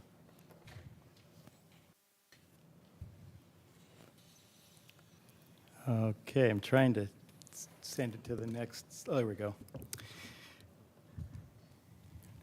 Next slide. There we go. So thank you, Casey. My name is Ken Ronci. I'm the Deputy Director for VTA, the Engineering Program Delivery Division. I have been involved in this project since 2004, and I'm pleased to bring to you tonight a request to move this project to a very important next step, construction. So starting with the scope of the project, this is a well-designed light rail extension that maximizes light rail operation while minimizing the community impacts. That's done by an entire grade-separated alignment with no at-grade crossings, making it the most efficient for light rail, the safest for pedestrians and automobiles, while requiring the smallest footprint, thereby minimizing impacts for right-of-way acquisition. So next slide. we go. This project has a long history. For over 2 decades, this project has been planned, and starting with the 1996 Measure B program that aspired to bring light rail to Eastridge. It then advanced to 2000 Measure A with a formal project approval to implement this extension. Many activities, as you can see from the slide, have been accomplished to get to this point today. Next slide. There are many benefits for this project, ranging from providing alternatives for an underserved community to providing employment opportunities during construction and providing infrastructure that can support land use decisions in the future. A significant benefit for transit is the shorter travel time for light rail compared to cars along the corridor. Next slide. So we are ready for construction. That means that property is secured. That means utility conflicts are out of the way with relocation of utilities. That means that the community is aware, and we've been coordinating with them, and they're expecting the project. So we are truly ready for construction. Next slide. So community engagement has been an important and focused effort during the engineering and utility relocation phase. To that end, a formal stakeholder working group was established to provide connection to the community, stakeholders, and to coordinate the anticipated construction activities. A formal construction outreach plan has been prepared to guide communications through the construction phase. Artwork enhancement has also been advanced. It's an important part of the community connection. To that end, art concepts have been coordinated and shared with the community, and artwork is now in the process of being designed with the expectation it would be incorporated into the light rail construction. Next slide. So regarding construction, VTA has solicited bids, and we've identified the lowest bidder. This bid is a result of a program that included industry review to ensure that the project is buildable and that the identified constraints in the contract are reasonable. Pre-qualification was required for all bidders, and the construction contract that was awarded in June with bid opening in November will be before you tonight requesting authorization to award. Next slide. While the construction contract amount was higher than the engineer's estimate, our design team has carefully evaluated the bid, and we believe it to be competitive and reasonable. As you can see on the slide, the engineer's estimate was $316 million, and the low bid was higher. It was $437 million. So we did a deep dive to understand what were the causes. The main differences appear to be revolving around the high labor costs that are rising in the Bay Area, and then the continued inflation and risk related to certain key items, particularly the electrical and concrete items, have added to the bid amount. So while the cost reality is disappointing, it's not consistent with what the industry is experiencing throughout the country. There's a point I wanted to make on this slide, though, that while the cost was higher than anticipated, the schedule is actually shorter. As part of the bid evaluation, the bidders are required to identify time as a component that is used for bid evaluation. So for the low bid contractor, there's a commitment to complete the contract in 1,250 days, as compared to the 600 days that were identified in the contract. This is a significant time savings that will result in minimizing impacts to the community. Next slide. Community outreach during construction is a major priority for the project team. A community outreach field office will be located at Story Road intersection along Capitol Expressway. A full-time outreach coordinator will be assigned to this project to communicate information to you, the policymakers, to the nearby community, and to the larger community. And the contractor is required to provide an additional full-time community relations officer that will be used to help coordinate the activities with our team to ensure that we're minimizing the construction impacts and working to improve the communication to VTA and the community. Next slide. So if your direction tonight is to award the construction contract, we would begin construction as early as April. That would result in revenue service in sometime early 2028. Next slide. So I mentioned earlier that the bids were higher than we had originally estimated. In order to award the contract and complete construction administration, and the additional funding is required. So this slide shows the breakdown for the existing project approved budget of $430 million. Based on an updated cost estimate that has evaluated not just a low bid, but the appropriate contingencies for the project and for construction contingency, we identified a total project need of about $653 million. That gap is $123 million. So the request tonight, in part, is to get authorization to approve that increase to the project and the appropriation. The right side of the slide shows where that appropriation would be funded from a blend of three sources: 2 state funds that are grants and VTA Transit. The VTA Transit Fund is $115 million for a total of $123 million of new appropriation. Next slide. Given the reality of that cost, Greg Richardson, our Assistant General Manager and Chief Financial Officer, will now walk us through the rationale for using the transit funds. Thanks. Good evening, everybody. Just to reinforce some comments that were made, this project is important to the community, it's important to VTA, and we believe it needs to move forward as currently designed. Right now, as Ken had talked about, there's really 2 options to fund the additional amount needed to award the construction contract. The one would be to allocate additional funds out of 2000 Measure A beyond the current $313 million that's already programmed for the project. And the other one is to utilize local transit dollars, effectively utilizing the debt reduction fund or a reserve.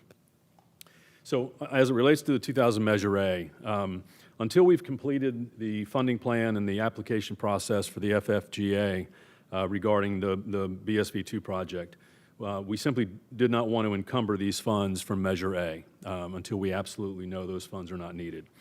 The possibility exists, I want to make sure everyone understands this, that the possibility does exist that once the FFGA submittal is complete, should we find that Measure A funds are available, we'll come back to this body and request that those funds be transferred back into the debt reduction fund so that we would then utilize Measure A if it is available.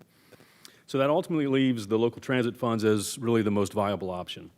As I mentioned at the workshop, and I want to make sure this is clear, this is certainly not the most preferred option. I completely recognize that. But given the importance of this project and our belief that this is the right project now and for the future, it is the option we are recommending. And yes, we are recognizing there are risks. So the slide that's up here today basically is identifying the balance that exists for the debt reduction fund, what ultimately is going to be what is now the Transit Capital Fund, and the EBRC project.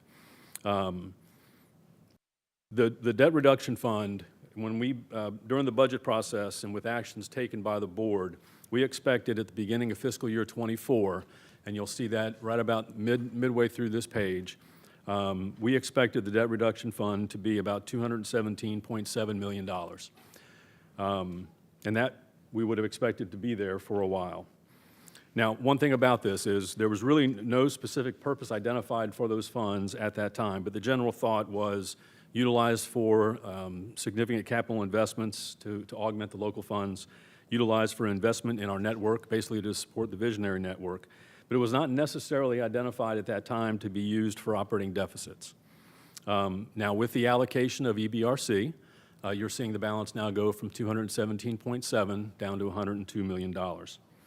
So if you'll go to the next slide, the reason we have this slide on here, you might recall this from the budget process. So this is what we reviewed during the most recent budget approval process, reflecting a balanced budget for the next 10 years.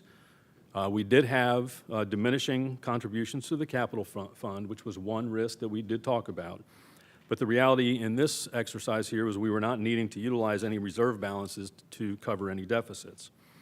Now, the risk that we've talked about is as we start developing a more robust forecasting model for the Transit Operating Fund, we will most certainly find scenarios that could see this balanced budget at risk. And that will be simply as a result of potentially higher labor costs, assumptions of a recession in the near term, and some of these scenarios could turn a balanced budget to a deficit rather quickly. Now, in turn, that would potentially require us to utilize the debt reduction fund as a funding source to mitigate these deficits. Again, not the preferred use of these funds, but one we must consider.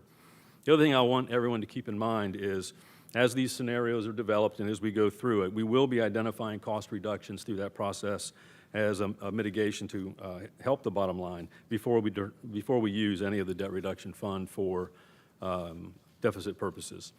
The other thing I want to make sure this body understands, and I've said this at the workshop and I've said it before, you'll continue to have my commitment to bring to this body anytime we have a budget, that budget is balanced for approval each and every time we formally submit a budget. Ideally, we will do that without utilizing any of the reserves, but also at the same time, we want to make sure that any cost reductions do not negatively impact the service or the overall passenger experience. And then the last thing, just to reiterate for everybody, we will continue, even though this decision hopefully would be made tonight, we will continue to find other alternatives for this funding tool. And so whether that is through financing mechanisms, debt restructuring, if there's creative ways we can do that, we'll apply that. But we also will continue to look for external resources because of the importance of this project. We believe that's a possibility that still exists. So I wanted the group to understand that. With that, I'll turn it back to Ken. Great, thank you. Next slide. And this is the wrap up here. In the action item, we're requesting 4 actions from the board tonight. One is to authorize the general manager to execute a contract with the lowest responsible bidder. That's MCM Railworks, a joint venture, in an amount of $437,161,464. The other parts that make that possible is to increase the appropriation of the project, and then to use debt reduction as the local transit funds, and then to amend the capital budget accordingly. So with that, we'll open it up for questions. Great. I'm going to first go to the public, and then I'm going to come back to Mike. Oh, do you want to show the video first? There is also a video, if we'd Okay, like to do you share wanna- at some point, if And you'll this indulge video us. outlines the direction of the, if Yeah. you don't mind, go ahead and show that. And what we'll do, we're going to call up our speakers. So once the video's ended, we're going to come right to you. And I did want to just say to the public, who I know has been waiting for a time certain, that we apologize, but this is what happens when you're fighting for regional funds. There you go. To introduce the video real quick, we've said many times in this presentation, and we're committed to it, community outreach is important. And to do that, we've developed a tool, a video tool that we think does a good job illustrating the project scope and its value. So we have a 3-minute video we'd like to share.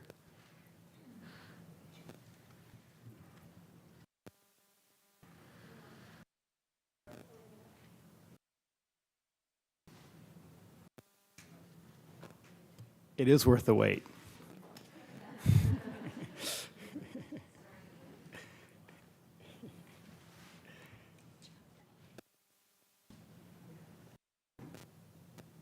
Thank you. Manolo, would you make your announcement now? Well, but with the microphone, please.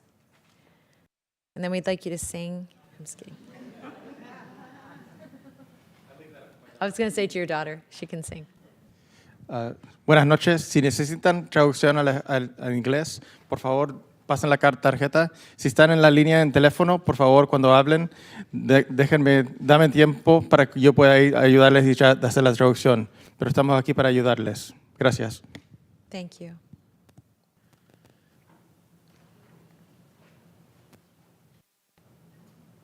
Actually, Carmen's the one who can sing. Did you know that? We'll do the speakers first. Okay, thank you. If I could call up Jordan, Danny Garza, Monica Malone, Harry Neal, Jeremy Bruce, Socorro Montano, Huáscar Castro, Domingo Candelas, Angela Madero, and Eugene Bradley. And feel free to come up in any order. Your name has been called. Welcome.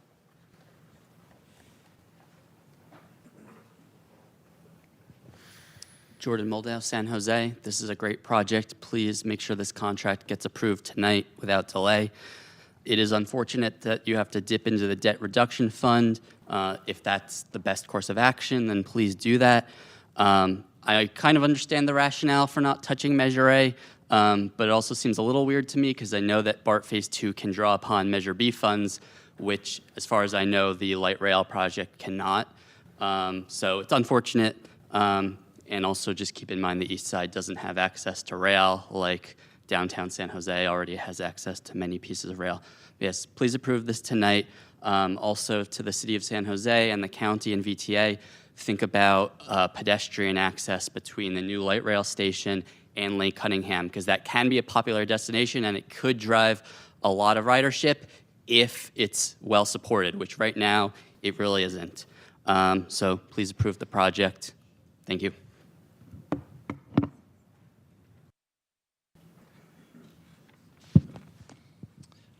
Good evening, Honorable Board. My name is Danny Garza. I'm president of the Plata Arroyo Neighborhood Association, and I'm a founding member of the East Side Leadership Group, and you'll be hearing from some of our other members. I've lived in San Jose all of my 65 years.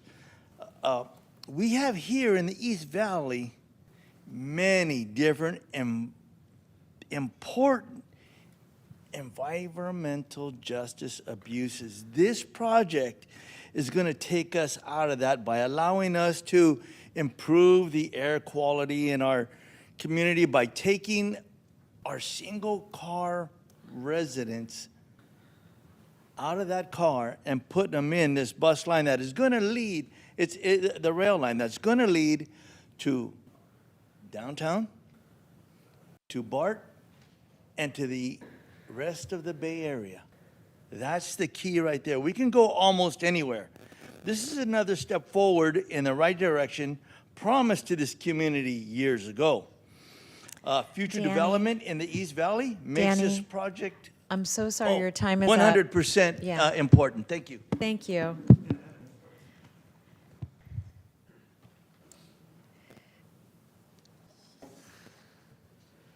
Good evening once again.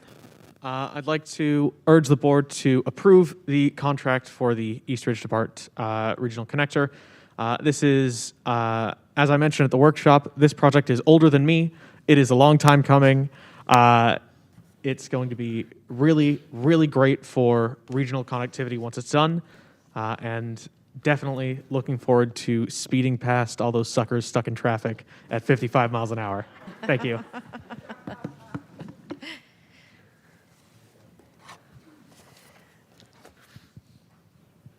Good evening, Honorable Board of Directors. My name is Angel Madero, and I am Chief of Staff to Councilmember Peter Ortiz, representative for District 5, the hardworking and diverse communities of East San Jose.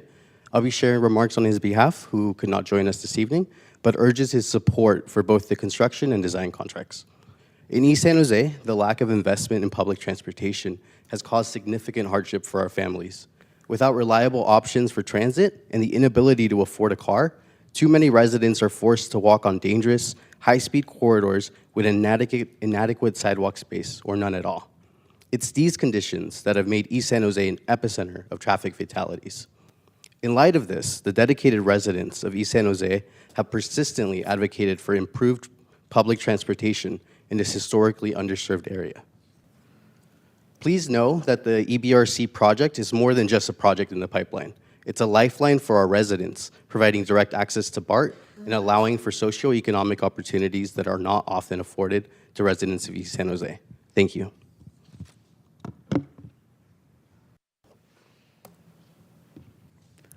Good evening, Chair Chavez, Vice Chair Lopez, members of the VTA Board, Jeremy Bruce, Director of Policy and Organizing at Amigos de Guadalupe, Center for Justice and Empowerment, and also former EBRC stakeholder working group member. We serve over 2,000 East San Jose families through programs and services, and we are here in support of the construction and design contracts for the Eastridge to BART Regional Connector.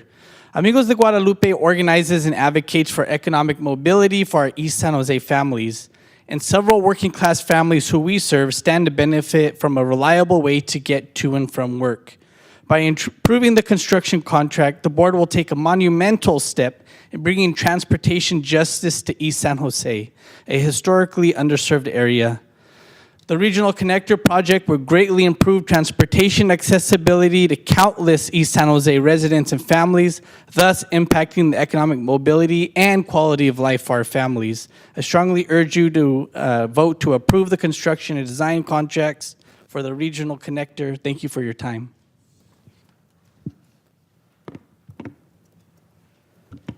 Hi, this is Monica Vallon, just speaking on behalf of myself as a resident and transit rider. This is a really important project and fully support the staff recommendation. This is going to be a much faster connection than the current bus service that exists from Eastridge to BART and places all over the Bay Area.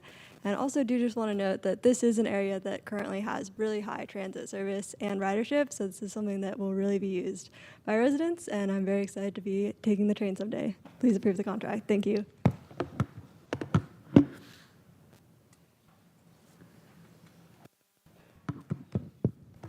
Good evening, Chair Chavez, Vice Chair Lopez, and members of the board. My name is Huáscar Castro, the Director of Housing and Transportation Justice with Working Partnerships USA. And we submitted a letter during the February board workshop conveying our strong support for the item before you all today. We'd like to affirm that support.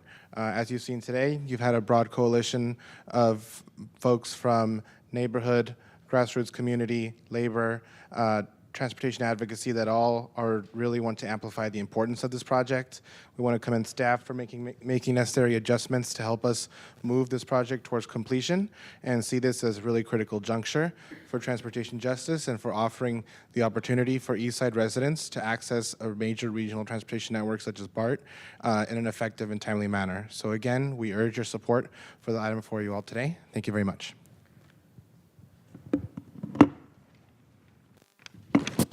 Good evening, Chairperson Chavez and members of the board. I'm Councilmember Domingo Candelas, and I have the privilege to represent District 8 on the San Jose City Council and also sit on the Eastridge to BART Regional Connector Advisory Board, home to Eastridge. I'm speaking today to urge your approval of staff recommendation and move forward on the construction contract for the Eastridge to BART Regional Connector. And, or how I know it, the Eastridge Light Rail Extension. This project has been in the works for more than 2 decades, and its realization will bring change and opportunities for this historically disadvantaged area of our valley. Beyond the immediate benefits of improved transit access and this light rail extension holds the promise of revitalizing our neighborhoods and attracting new investments. Enhanced connectivity offered by the connection to BART is just one of the aspects. Is going to improve the quality of life for neighbors. It's going to bring jobs to the community for the next couple of years. It's going to improve traffic flow. As somebody who lives in the area, I look forward to riding the Eastridge Light Rail Extension and urge staff's recommendation for the approval of this project. 24 years in the making. Thank you.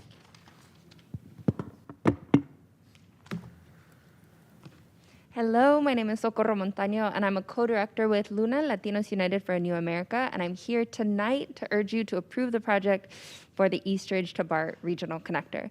This impacts multiple areas Luna organizes around: economic, housing, and environmental justice. This project is vital to cleaner air quality and equitable access for our communities. For the past few months, I've been without a car for the first time since getting my license, and it's been extremely difficult getting things done. So I know firsthand that having this commitment from this board is important for our communities to access to traveling. Wages are low, housing costs are high, and saving money on car costs would make a difference in our families' lives. So please approve this plan.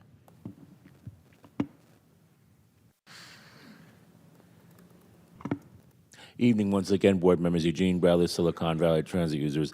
I remember about 20 years ago, over 20 years ago, taking the 74 bus, the old 74 from Eastridge up to where the Great Mall is and then back again.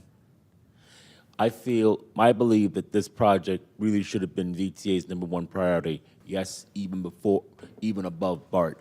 So let's just get going on this project. This community has waited too long, over 25 years too long to have this happen. So I'm stoked to be able to, today I have to ride this. We all got to ride it in 2028. So approve the project. Let's get going. Thank you. Those are all of the speakers who filled out cards. I'm now going to see if there are any speakers online. Yes, we have many. Hector, followed by Gabriel, followed by Maddie Bell.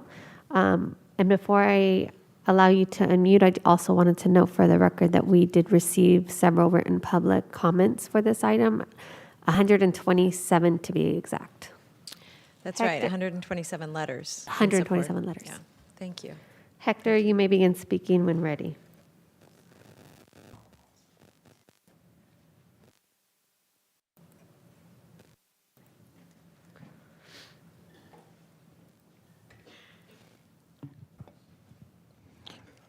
Aló, señor Hector, si está listo para hablar, puede hablar.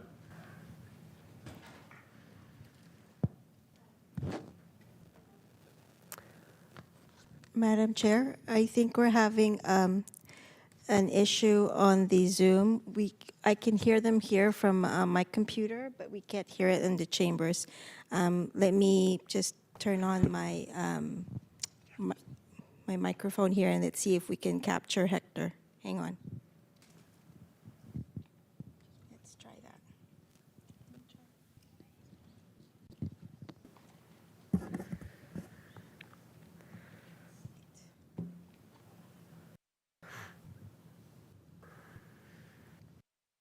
Hector, can you please begin speaking again? Hello? Hello? It's too low. Hang on. Let's try that again, Hector. I apologize.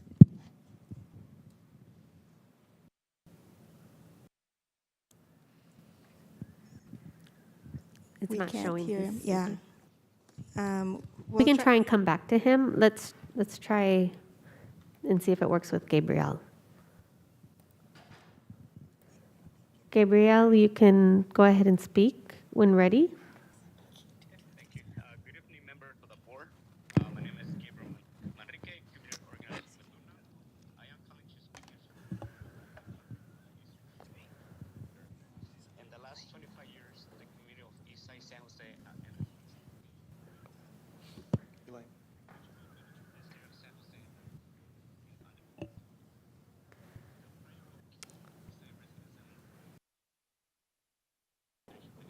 You want to just do... Okay. are vital for progress in transit just in San Jose. The community of East San Jose is looking forward to seeing this project move forward and advancing opportunities to provide for all. For these reasons, I urge the board support for the approval of the construction contract for Eastridge to BART Regional Connector project. Thank you. Thank you, Gabriel. Next, we're going to have Maribel. You may begin speaking when ready.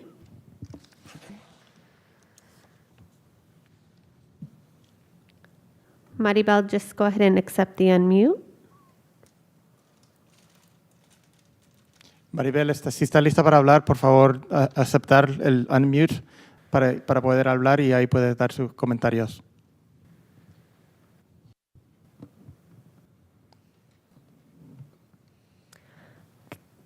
All right, let's try the next speaker until that individual is able to unmute.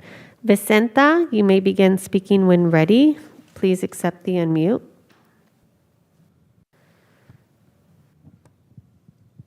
Sí, buenas noches.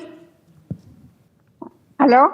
Sí, sí. Buenas noches, mi nombre es Vicenta. Soy una organizadora con Luna. Estoy llamando para apoyar y pedir que voten a favor de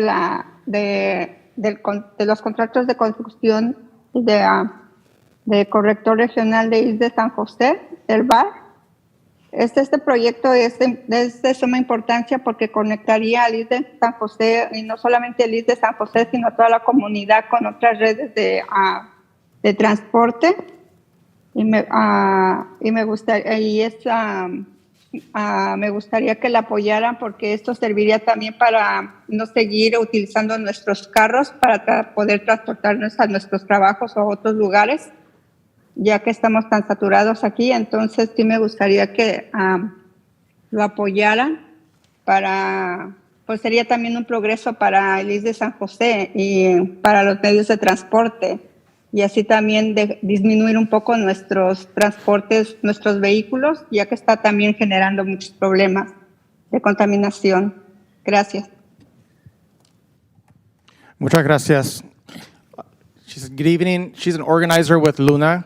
She's calling to give her support for the project. She said it's important for that the community is connected with transportation. She asked for your support, again, so that she knows she doesn't have to use her car. It's an opportunity to not have cars on the road. It is progress for San Jose, and it is progress in transportation for the community. She thanks you. Next, we're going to have phone number ending in 7036, followed by Andres, followed by Marilu. Phone number ending in 7036. You may begin speaking when ready.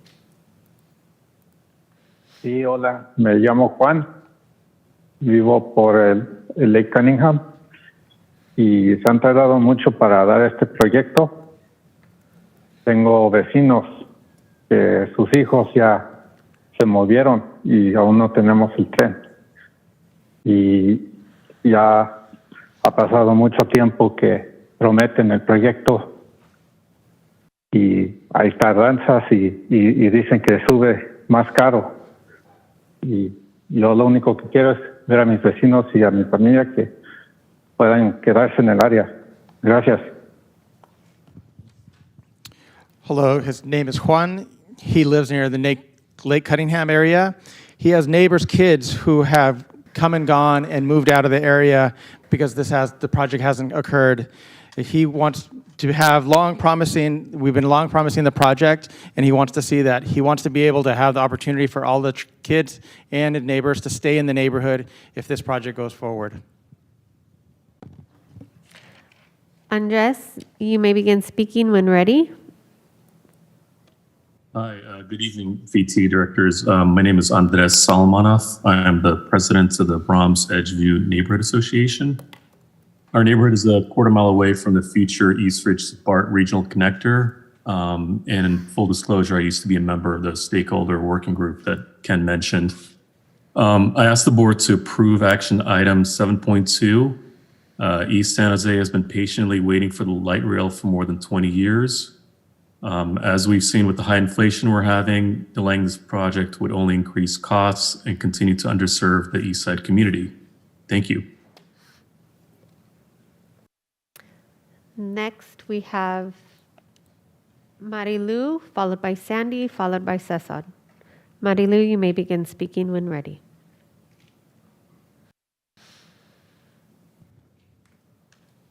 Hola, buenas noches. Mi nombre es Marilu Cepeda. Soy miembro de la Asociación de Vecinos de Valley Palms, residente del este de San José durante varios años. Estoy aquí esta noche para hablar en apoyo de los contratos de construcción y diseño del conector regional de Eastridge BART. Por décadas en el este de San José hemos enfrentado grandes desafíos ambientales que han acabado con nuestra calidad de vida. El conector regional es importante porque nos brinda la oportunidad de deshacernos de nuestros autos y utilizar transporte público confiable y seguro para salir a hacer compras, para ir al trabajo o visitar a la familia. Este uso nos mejorará el ambiente de la calidad del aire. Muchísimas gracias por habernos dado la oportunidad de expresar nuestras emociones y nuestras necesidades. Good evening. Her name is Marilu. She is a resident in San Jose. She's a member. I couldn't hear the organization. I'm sorry. She's been here for many years. She wants to offer her support for the project. She understands that regional connection is important for all of us, and especially for her community. She also wants to make sure that to have reliable transit in their community is very important. It also helps the community in regards to environment and quality of life, and she wants to strongly support this project. Sandy, you may begin speaking when ready.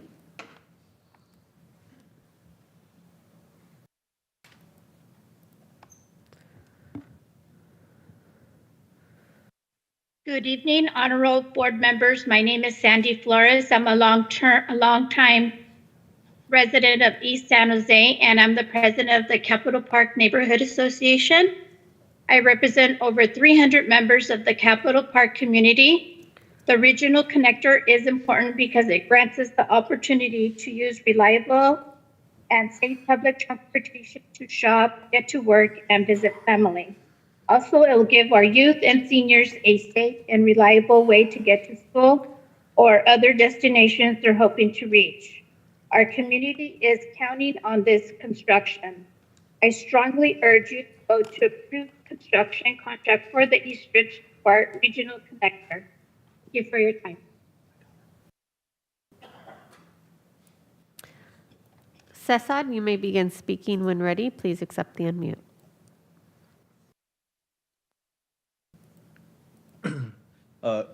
Hi, my name is Cesar Navarro. I am a community organizer with Luna. I was born and raised in San Jose. I'm here to urge the board to approve action item 7.2. Having a regional connector here in Eastside San Jose would mitigate traffic pollution. Specifically, I would like to point out the Bay Area Air Quality Management District's data, which shows that the San Jose Knox Avenue site at the intersection of 101 and 280 has some of the highest readings in the Bay Area, only second to Berkeley. I hope that this regional connector will decrease that traffic pollution and increase the quality of life for folks here in Eastside San Jose. So I urge you to vote yes on action item 7.2. Thank you. And I'm going to call on Maribel one last time. You may begin speaking when ready.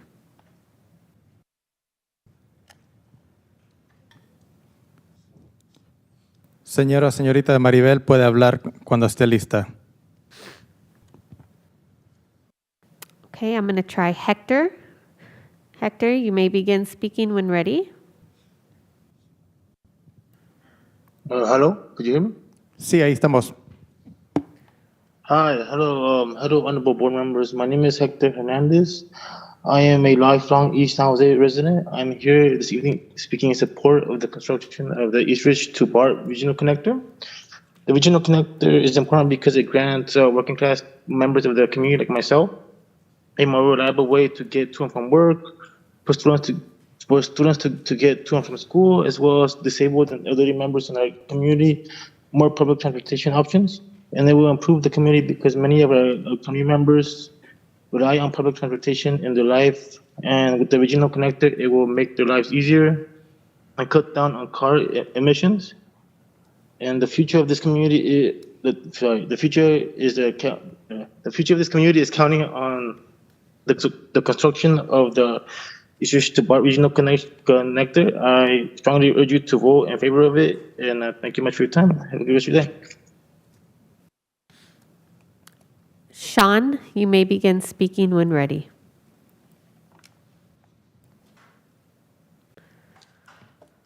Good evening, honorable board members. My name is Sean Paul, and I'm a leader and advocate in our community for the large student population in Eastside San Jose. And the value of the connector will be, it honestly can't be underestimated, because I remember reflecting on my time as a student and needing to travel to the Barrios BART station just to be able to get to and from places was extremely difficult and hard. And even when I would try to go back, like just as a personal experience, it would take hours to get back to the east side. And being able to have that connection would make things much easier, since it would extend the opportunities for employment for our community, and it would be a much more sustainable avenue of approach. And it can help prevent San Jose from being as much of a better community as it might be, and help to make things more accessible to people who might be deprived of opportunities. So thank you for your time. We appreciate it. And please vote for this. Thank you. That concludes public comment, Madam Chair.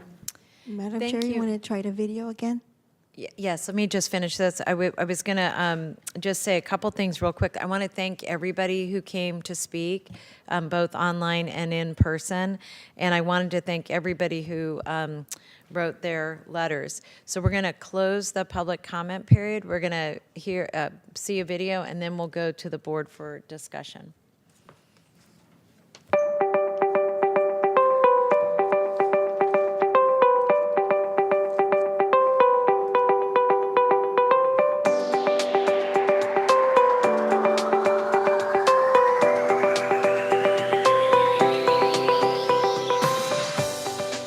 The Eastridge to BART Regional Connector project is a 2.4-mile light rail extension from the Alum Rock Station to the Eastridge Transit Center.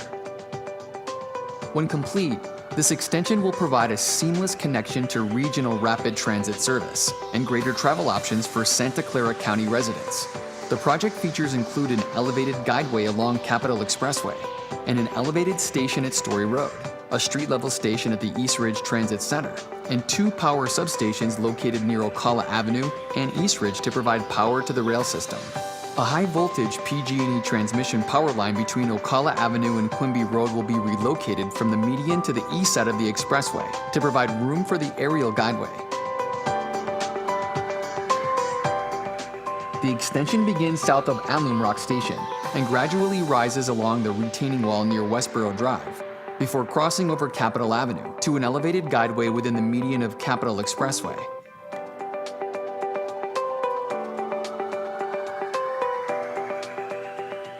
The alignment continues via aerial guideway toward the Story Road intersection, where a new elevated station will be accessible from both sides of Capitol Expressway by an arched-shaped steel pedestrian bridge.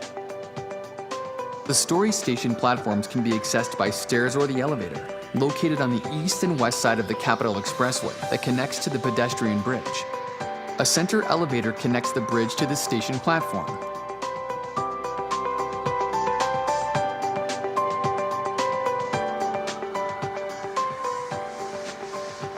The extension remains elevated from the Story station as it continues south within the median of Capitol Expressway. After Cunningham Avenue, the alignment shifts to the west side of Capitol Expressway, heading south towards Tully Road.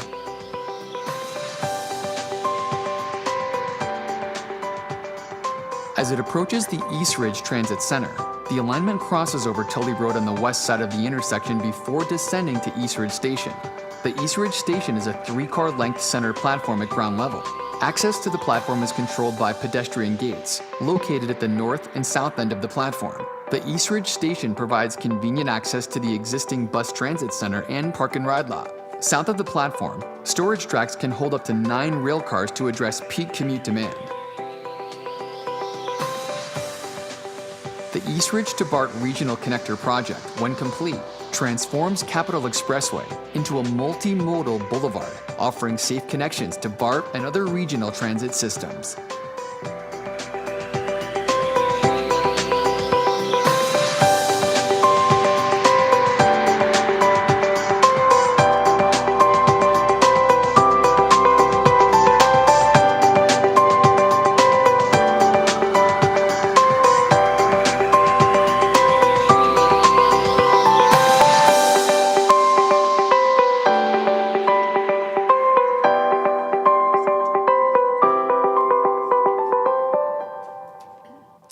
So let me say thank you to the staff, and as chair, I know it is not customary for the chair to make a motion, but I'd like to move approval of this item. Second. We got a lot of seconds there, and I'm going to turn to my left and get input from my colleagues, and then I'll come to my right. And Aldo, I see you. Thank you very much. Actually, I do have one question for staff to clean up, and then I'll make my comments. First from staff is, when I was sitting on the EBRC committee first couple of years when I was the board, there was a lot of discussion about this Ocala Avenue station, which if is convenient for the neighbors, but of course would slow down train. That was the back and forth on it. What was the final solution? I'm trying to get folks from Ocala closer to the station. Can you remind us what happened since? So the currently approved project has only an elevated station at Story and an at-grade station at Eastridge. We have evaluated potential future concepts that could be explored in the context of future development and redevelopment opportunities, but at this point, the project has no station for light rail at Ocala, rather has the BRT station. Okay, yeah, so I think this is something that on your motion, I would like to ask the chair to not forget this issue. That's something that we should continue to look into to help our neighbors, to make sure that whether we could use pedestrian walkway or whatever it takes to so that folks over there will be able to access the train either through Story or Eastridge better in the future. Just a suggestion that that's something that the maker will be willing to So look let at. me just add two things. One is that the East Side Working Group has been meeting with staff because we're interested in adding a micro-transit component. I'm happy to formally add that in and request a report back to the board. And then the second is that when we took our action on Reed Hillview Airport, one of the directives that you supported, thank you, was to make sure that we were working with VTA at the outset of any planning for that facility so that we're also incorporating transit into the redevelopment of that site and what I hope will be the redevelopment of Eastridge. Great, thank you. Thank you. And Thank you, we'll- Chair. I and the- just also want to make my comments now. As I said, I've served on this. Otto, just real quick, is that okay with the seconder? I don't, okay, great, thank you. Okay, thank you so much. This project is over 20 years too late and has been built earlier. It will certainly cost less than the $400 million we're looking at right now. It's a costly project, but this 2.4 miles long Capitol provides a carbon-free electric light rail train that serves the east side of San Jose, which is also our most underserved area in our whole Santa Clara County. This diverse neighborhood has been asking, begging, and demanding for this train line for more than 2 decades. For so many who lived on the east side or have stuck in the traffic in Capitol Expressway, this is a dream come true. Thousands of working-class families, workers, students will benefit from this long, long-awaited project. Some critics of VTA complain there are too few people taking the light rail train, but fear not. Given the density of residents on the east side, the rising cost of gas, car ownership, and of course insurance costs, thousands of residents will be using this light rail line, zooming over Capitol Expressway to Milpitas BART and beyond. Any further delay of this Eastridge extension will not only harm the residents, but increase the construction costs even further. This project has been studied to ad nausea, and it's time to call the question to move forward and break ground. I truly look forward to hold that shovel at the groundbreaking ceremony, but even more excited when the Eastridge station is opened. Estos vecinos han esperado por más de 20 años. Hagamos pronto. Thank you very much. Thank you. Rosemary? Yeah. I just wanted to say that, thank you to the staff, thank you to the speakers, and all of the work that has gone into this. I think this is one of those historic moments where you think, oh, wow, finally, after so long.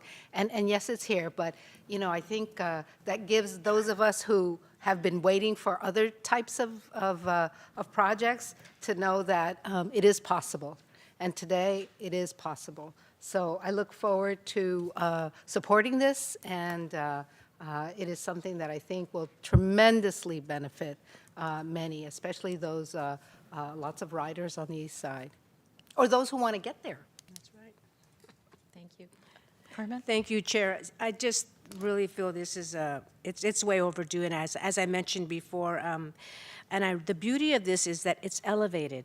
We have a portion of our light rail in Milpitas elevated, and it does really help with the traffic flow. I'm so grateful that it's elevated. So all I can say is, es tiempo. It's about time. Right? Thank you.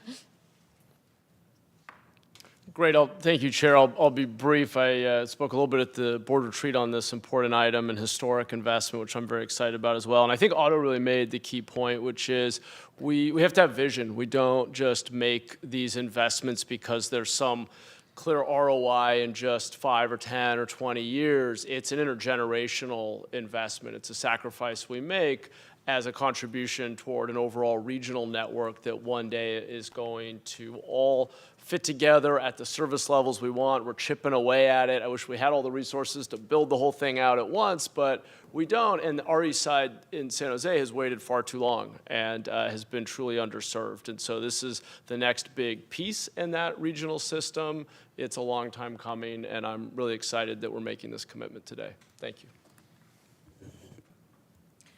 What more can be said?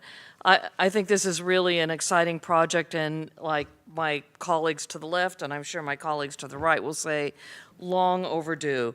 It corrects an injustice of a lack of really solid mass transit, fast-speed mass transit in East San Jose. The flyover, the elevated nature of this light rail is really impressive, that they won't be stopping at the lights along the way as you see them stop along First Street. They'll be able to move so much quicker through traffic. And one of the public commenters talked about how the drivers will see the riders in light rail fly over them, and they'll be encouraged to then get out of their cars and take light rail so they can get to their destination faster. I'm also, while the budget is a little bit higher than was projected, I'm impressed that the timeline is reduced from 1,600 days to 1,250 days. We've waited a long time for light rail in East San Jose, so that reduction of 350 days, that's a big deal. That's a year. So that's wonderful to have that, even though it may cost a little bit more. So thank you for bringing that to us, and I look forward to it going forward. Thank you. Omar? I'm going to go back down this. All right. So I just want to thank our East Side community for being so resilient on this issue. It's extremely important. And obviously, I'm so glad to hear so many of my colleagues who are supporting this item, as we are sending a clear message today that East San Jose deserves an equitable transportation system. So I cannot wait. We cannot wait any longer. So, I'm just going to be brief, and hopefully we get to vote, and so we can get moving on this project.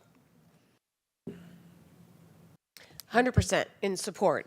Just want to say, though, that don't say that, underserved in San Jose maybe, but probably not the most underserved area in the county, because I can't wait to be showing some kind of video like this to Gilroy.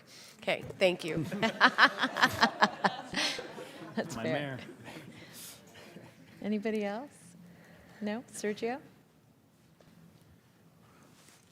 I'm so excited to support this item tonight. I really want to thank the community members who came out. You are proving that our community cares about ridership, that you see the value of these investments to creating the kind of community that we want to that we all want to build and live in. And for those listening online, solo quiero dar mis gracias para todos los miembros de la comunidad que vinieron a hablar de esto y enseñar la importancia de este tema que va a ayudar a todos nosotros en la comunidad. And I won't go over the many years of history, which in fact in some ways go back before the 2 decades and go back to the origins of the light rail system. And for better or for worse, the way that the decisions were framed for a long time was East Side versus West Side, and who gets what, and who wins at whose expense. And what I think that this project today really signifies is that we're moving toward a new vision for our region, for our system, where it's not about East versus West. It's about what is equitable for our entire community, because we're all interconnected. This is gonna, I know I'll be taking this to get to Eastridge and to get to downtown when I'm there. And building out a stronger system helps everyone and supports all of our riders. And I just couldn't be more excited that as an agency, I see us moving towards that vision, that where it's about what is best for all of our riders, one community, one region together. Thank you, Sergio. Pat? Thank you. Well, just to add a couple comments beyond my colleagues, is that this system isn't merely about equity. This is a fully grade-separated 2.4 miles, and we only have about 10% of all the light rail in the county that is grade-separated. So this goes beyond what is an equitable distribution, which is badly needed for this area, and especially needed based upon the future growth projections in the area. What we will have in ridership at the time it's completed may not be as strong of a justification for it as we will have in 10 years. And it's a long-term investment, and that's where the real great value will be as we have all the redevelopment of Hillview, of Eastridge Shopping Center, and the related properties, and many, many thousands of additional residents who will be in transit-oriented development in that area. And for me, that's really the added element that makes it ultimately a valuable investment. Thank you. I just want to make a couple of comments, and I want to start by saying I know that this is a body of work that Carolyn worked on for many years when she was at VTA before, and really you've played a leadership role in building this. This is kind of an emotional thing. You know, I think the first meetings I went to for BART to San Jose and for expanding light rail was in 1990, right? We were 12, and I remember being at meetings where we were, you know, I thought this would all happen so fast. So anyway, I say all that because there are a few folks that I just really want to call out. One, there were generations of folks who sat in these seats, who sat on the policy advisory boards and really listened to the community and really were trying to engage to keep this project alive and keep it moving. Carolyn, I want to thank you and really generations of staff, but in particular, I want to thank Ken. You know, the reason this is grade separated, and it should absolutely be, but the reason it's grade separated is because of you.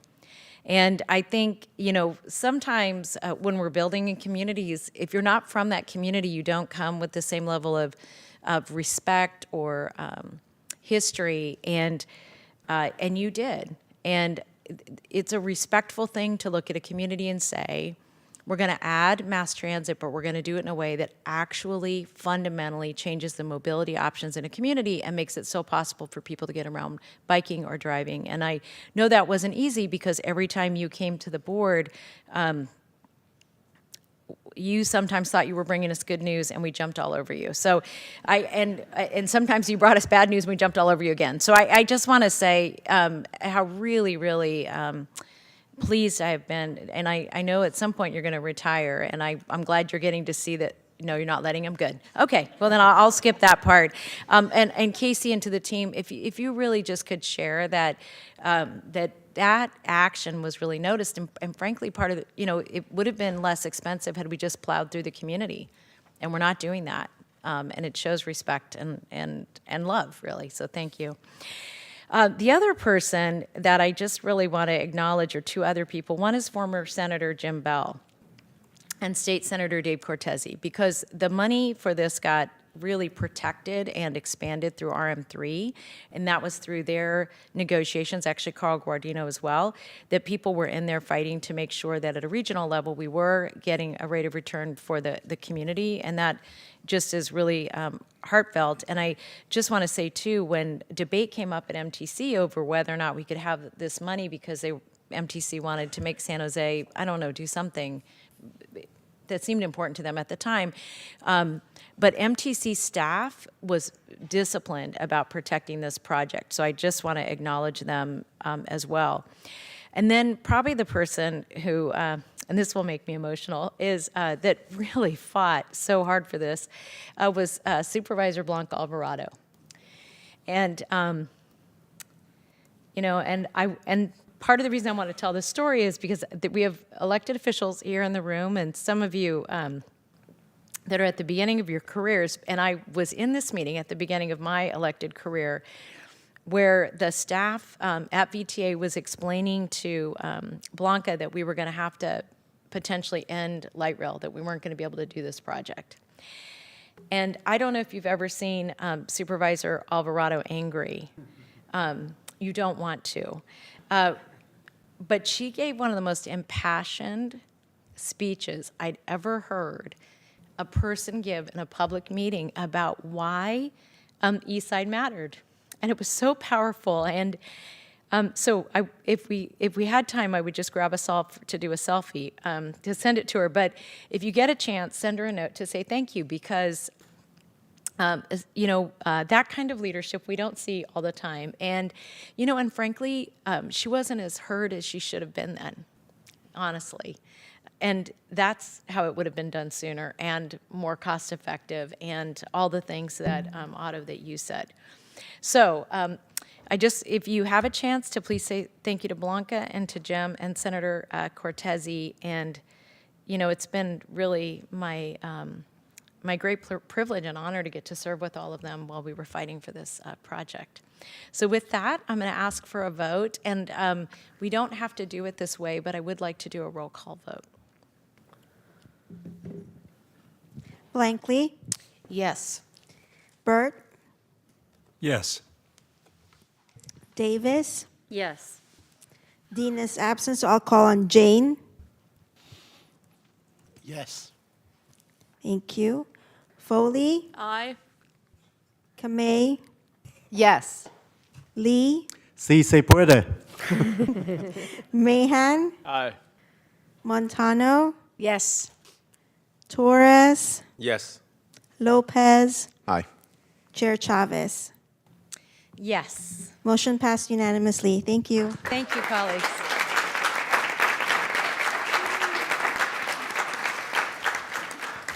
Thank you. And thank you all for your patience. I know that was a long item. And congratulations to the community.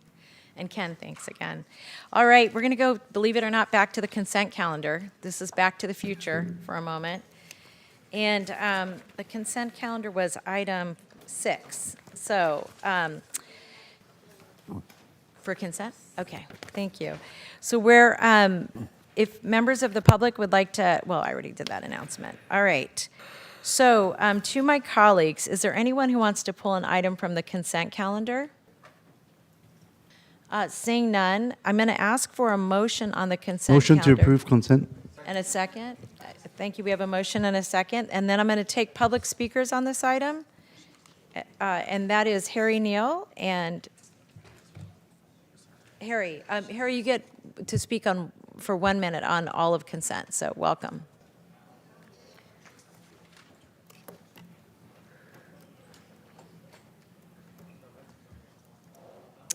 Oh, you need the mic. Hold on 1 second. There you go. You'll have to remind me again. What was the item I wrote on the card? Microgrid and yes. Caltrain to South County. On the topic of the microgrid, this is a fantastic project. Finally, doing some Silicon Valley innovation, but not just for innovation's sake, actually doing something good and changing what needs to be changed, not just for the sake of change. Absolutely, absolutely support it. I urge all of you to support it as well. I think that one of the reasons it's especially a good project is because it's being a very efficiency-minded item for energy efficiency. That's something that is sadly not considered enough in the transition to zero-emission and renewable technologies. We should absolutely be considering the efficiency of what we have, and I think this absolutely does do that. Thank you. Thank you very much. And do we have any online speakers? So we have no more. We'll close the public comment, and then I'm going to ask for a vote. All those in favor say aye. Aye. Any opposed? Any abstentions? That passes unanimously. Thank you. We're now going to go back to item 7.4. Oh, I'm sorry. Did I skip 7.1? Thank you. We're going back to 7.1. And Announcement. this is the Paratransit Vehicle Fleet Maintenance, Repair, and Fueling Services Contract. And as we're bringing this item forward, I just wanted to make a comment that I wanted to thank the staff, especially the Regional Transportation Services team, for the successful access of the Paratransit Open House event that was held on February 29th. The community was able to see our new paratransit vans, which are roomy and quiet, and several people had a chance to ride them, including me. We also introduced a couple of new programs designed to improve our paratransit service and provide fare assistance for those in need, including the Mobility Assistance Program and the Mystery Rider Program intended to check up on our services to make sure we are performing at our highest capacity. We had a lot of great feedback, and I was so happy to see we had a lot of members of our CTMA and other organizations, and you were represented, Pam, as well, and it was just a divine event. So thank you, and I'll turn it over to you. Okay. Thank you, Chair Excuse me, Chair. Chavez. I might have an announcement we can make for item 7.1. Oh, yes. Yes. So in connection with item 7.1, I'm announcing for the record that I serve on the County of Santa Clara Board of Supervisors as well as on the VTA Board, and that I receive a stipend salary from the County of Santa Clara and the per diem from the VTA. Under Government Code Section 1091.5A9, I have a non-interest in the contract and am not required to recuse myself from this item. Thank you. And ditto. I have that same one. So there you go. Thank you.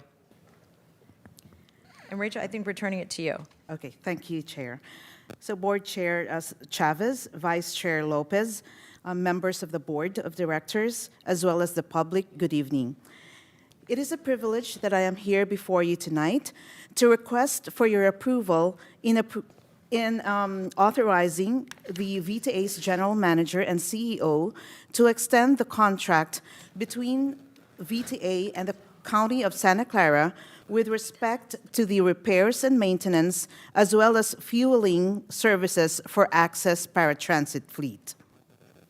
The services offered by the County of Santa Clara is vital in ensuring the optimum efficiency of Access Paratransit vehicles, as well as to ensure the continuity of operations for paratransit. Okay. Just leave it there. Okay, yes, I have. Next slide, please. Next slide, please. Next slide. I apologize. I was too fast for my slides. Okay, to highlight some important components of the scope of work for the contract extension, it will cover repairs and maintenance, including regular, preventive, as well as specialized services or maintenance services. Next slide, please. Okay. It will also cover fueling. No, if you could go to the prior slide. Yeah. It will likewise cover fueling that will allow 24/7 access to paratransit vehicles, and will cover all of the Access Paratransit fleet, 189 at this time, comprising of Priuses, cutaways, minivans, the newly procured ProMaster 3500, as well as future procurement. Next slide, please. Now, for the next two slides, it will present you the historical costs for maintenance and repair, as well as for fuel. These slides will show a comparison of actual costs in blue ink, as well as, or against budgeted cost in red. And these shows that for the past 4 years, from fiscal year 2020 through 2023, we have maintained the cost well within the, or under budgeted cost. And except for FY 2021, which is during the COVID period, these costs have been trending upwards. Next slide, please. The cost for fuel will also show similar upward trend, with the exception of fiscal year 2021. Next slide, please. The next two slides will show us the projected cost for the extension period from fiscal year 2025 through 2029. Again, we will be seeing an upward trend in costs for both maintenance and repair, as well as for fuel. I would like to emphasize, though, that 70% of the total projected cost for the contract extension actually pertains to fuel, and only 30% pertains to maintenance and repair. Next slide, please. Next slide, please.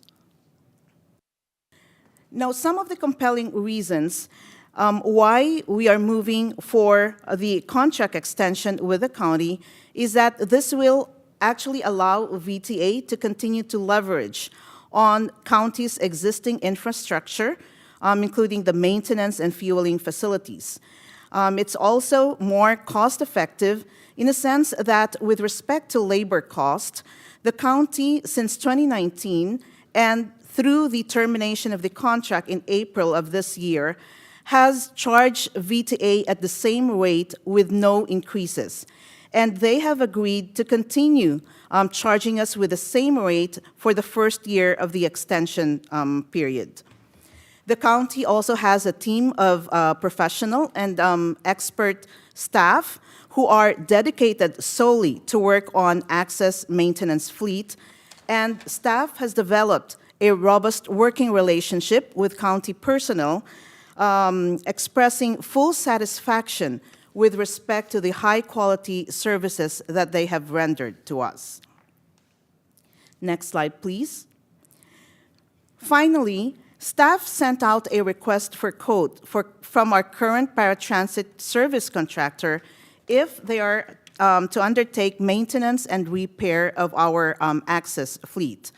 And the table on this slide will show that it is more beneficial to proceed with a contract extension with the county in terms of cost, service level, as well as service standards.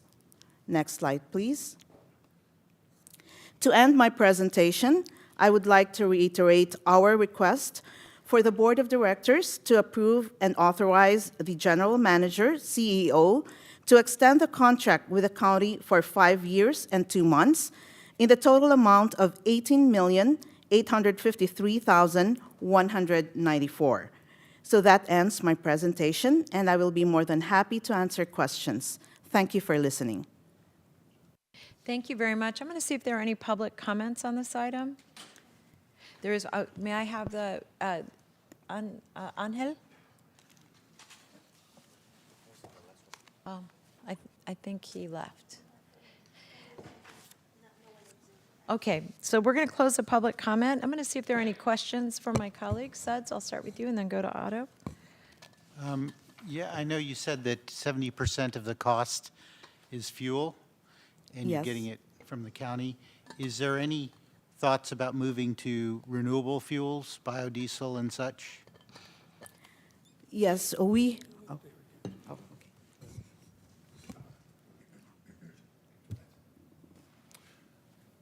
okay. Good evening, Derek Owen, Chief Operating Officer. We are looking at other alternative fuels. We're also looking at long-term if we can go to electric with some of our fleet as well too. That hasn't been proven yet. Some people are testing, but we look forward to doing a pilot program at some point with our paratransit fleet to see if we can go in that direction. Thank you. Otto? Yes, thank you. That was exactly the area I was thinking about, since you are now planning to look at this pilot for electric bus. Is there anything we could do to ensure that we do not have the type of barrier? What I'm talking about is the current bus we have right now. When we went to the, that was advertised at the Access Open House, have this large step up to the patient seat on the inside, and bus drivers weren't really consulted when that was purchased, and so that was an issue. And so just wanted to make sure that that issue is going to be addressed in the future. Thank you. Any other comments? Deb? Thank you. So we heard this item at SSTPO, and I wanted to bring it to the full board for a discussion because it is a large contract amount, and I thought it was important for us to discuss it. The other issue that I had with this item, and I'm not suggesting that we don't pass it. I'm fine with moving this forward. Is that, remind me again, Rochelle, how long the county has had this contract? They had this contract during the outreach days in 1993, and we entered into a contract with the county directly in 2017 when there was a turnover from outreach to VTA. Right. So they've had the contract since 1993, and we're extending the term to June 2029. And if I remember correctly from our discussion, we haven't gone out for a full RFP on this kind of work. Is that correct? Yes, that's Okay. correct. So I just wanted it noted with the board that while this may provide some cost savings from the provider, compared to the county, this isn't something that we've gone out for a bid for many, many years. And I don't have a problem necessarily extending this contract, but I think that we should include, and I'll happily make the motion to authorize this, but the next time the contract goes out, it needs to go out for a full RFP because it has not for so long. So I'm going to include the recommendation of staff, and then as well to prepare an RFP for this before the next term of the agreement Second. ends. Thank you. And who was this? Oh, Matt. Mayor. Matt, yeah. Mayor. Matt. And Otto? That's all I have. I'm ready to vote. Okay, so I think that's a really good idea. I will also just say that it's part of a bigger discussion, and I'm just going to put it out there, but I'm not going to add it to this motion, but really, Carolyn, something for you to think about, and that is this. I think that we should be thinking very critically about where we have opportunities, whether it's public sector or private sector, but where we have opportunities for our partner agencies to do work that doesn't force another agency to start a whole new program. And I say that because, like as an example, I think of us as we're the mobility solution. Well, if it were up to me, I would let you all buy all of our cars and maintain them, or we should. Like somebody should, so that you build out one garage and you build out one set of mechanics and all of that, because I think that has been a significant challenge for us, is that all of us starting new programs. And frankly, I'm even concerned about the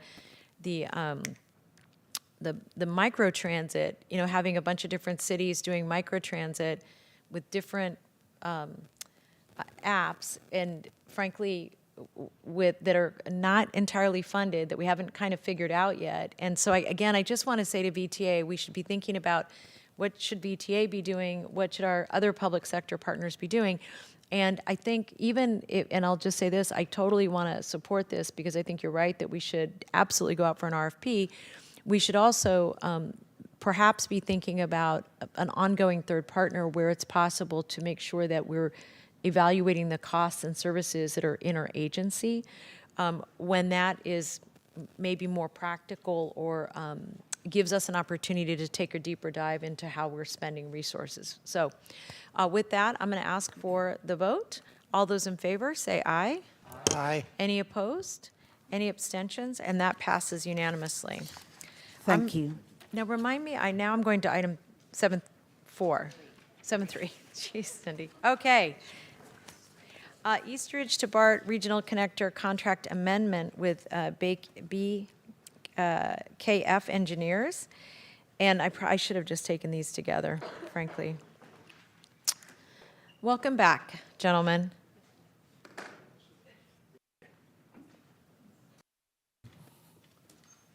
So this is related to item 7.2 that you heard. So the construction contract is going to get underway, and for that we need to have the designer on board. So this was a contract that was first heard by the board back in 2017. This is an amendment to add the design services during construction. I'll just go ahead and stop there and see if there are any questions. Thank you. I'm going to see if there's any comments from the public. No hands raised. We have no blue cards. I'm going to close the public. Oh, I think Angel, he filled out a bunch of cards wrong, so let's talk to him about that later, since he's not here to defend himself. I'm just kidding. Angel, are you here? No. All right. It's funny. Okay, so I see no public comment. Any comments from my colleagues? Thank you. Second. We have a motion from Pam and a second from Otto. Any more discussion on that? All those in favor say aye. Any opposed? Any abstentions? And that passes unanimously. I'm now going to go to item 7.4, And this is I think, let me just look at this. This is for which is to authorize up to $3 million per year, up to a maximum of $15 million in local funding for the implementation of the Small Business Resource Program during our major construction of VTA's BART to Silicon Valley Phase 2 extension project. And I know I know that Omar must be feeling very ill to not be staying for this one because this was something he worked on. No. We got you. I want to say this was also presented at our workshop in pretty rigorous detail. So one question I have is, do folks want a presentation on this since we saw it already, or did some people not see it? Suds? I think we should do it for the public. Oh, because- that's okay. Thank you. I'll turn it over to staff. Okay, I will turn it right over to my colleague Bernice Alanis, who's going to talk about how we are trying to meet our commitment to businesses affected by BART construction. Thank you. We can go to the next slide. So the Business Resource Program is being put in place so that we can really support businesses during major construction. We are proposing a $3 million annual budget. We are defining a small business as those local businesses with up to 35 employees. That is also the number that the City of San Jose utilizes. And also these businesses need to have an active business license. Just wanted to remind everyone that by the nature of the single bore tunneling methodology, we have already made efforts to minimize the street level impacts. Next slide, please. So in this program, we have put it into 4 different elements. The first element is signage and wayfinding, and that is really to make sure that all the businesses have much visibility and that it really eases the access to those businesses during construction. The next element is a shop local marketing campaign. We will have all of the businesses that would like to participate opt into this program, and we'll be doing like bingo, lots of signage, window clips, advertising on our buses to really promote the local community, support their local businesses. The other element of the program is the small business resource support and connections. And we are going to be engaging the local community-based organizations to provide services like help with preparing taxes, building a website, keeping books and such. We've done a significant amount of surveying to find out what type of technical assistance would be useful and helpful for these businesses.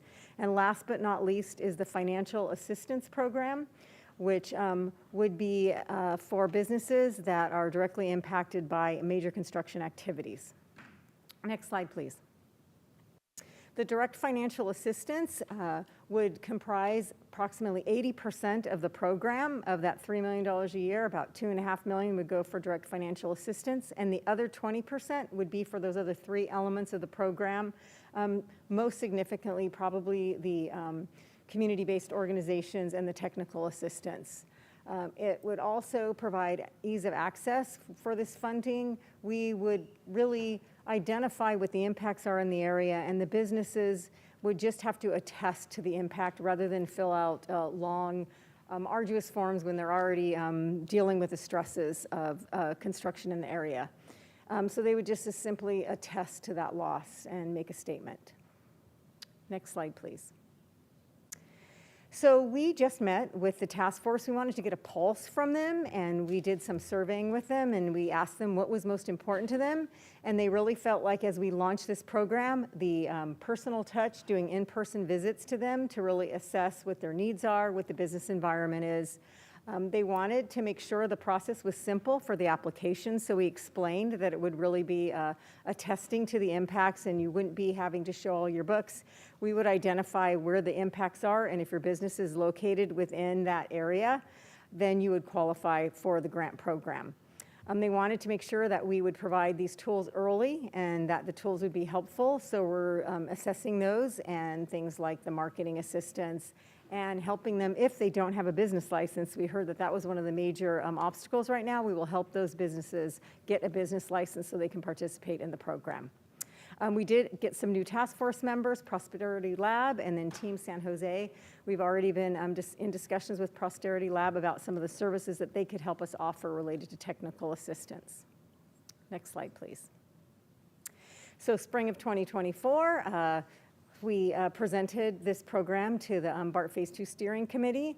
We're presenting at this Board of Directors meeting. We're ready to launch our website that has the program details. We plan on full implementation when we begin the early works at the West Portal.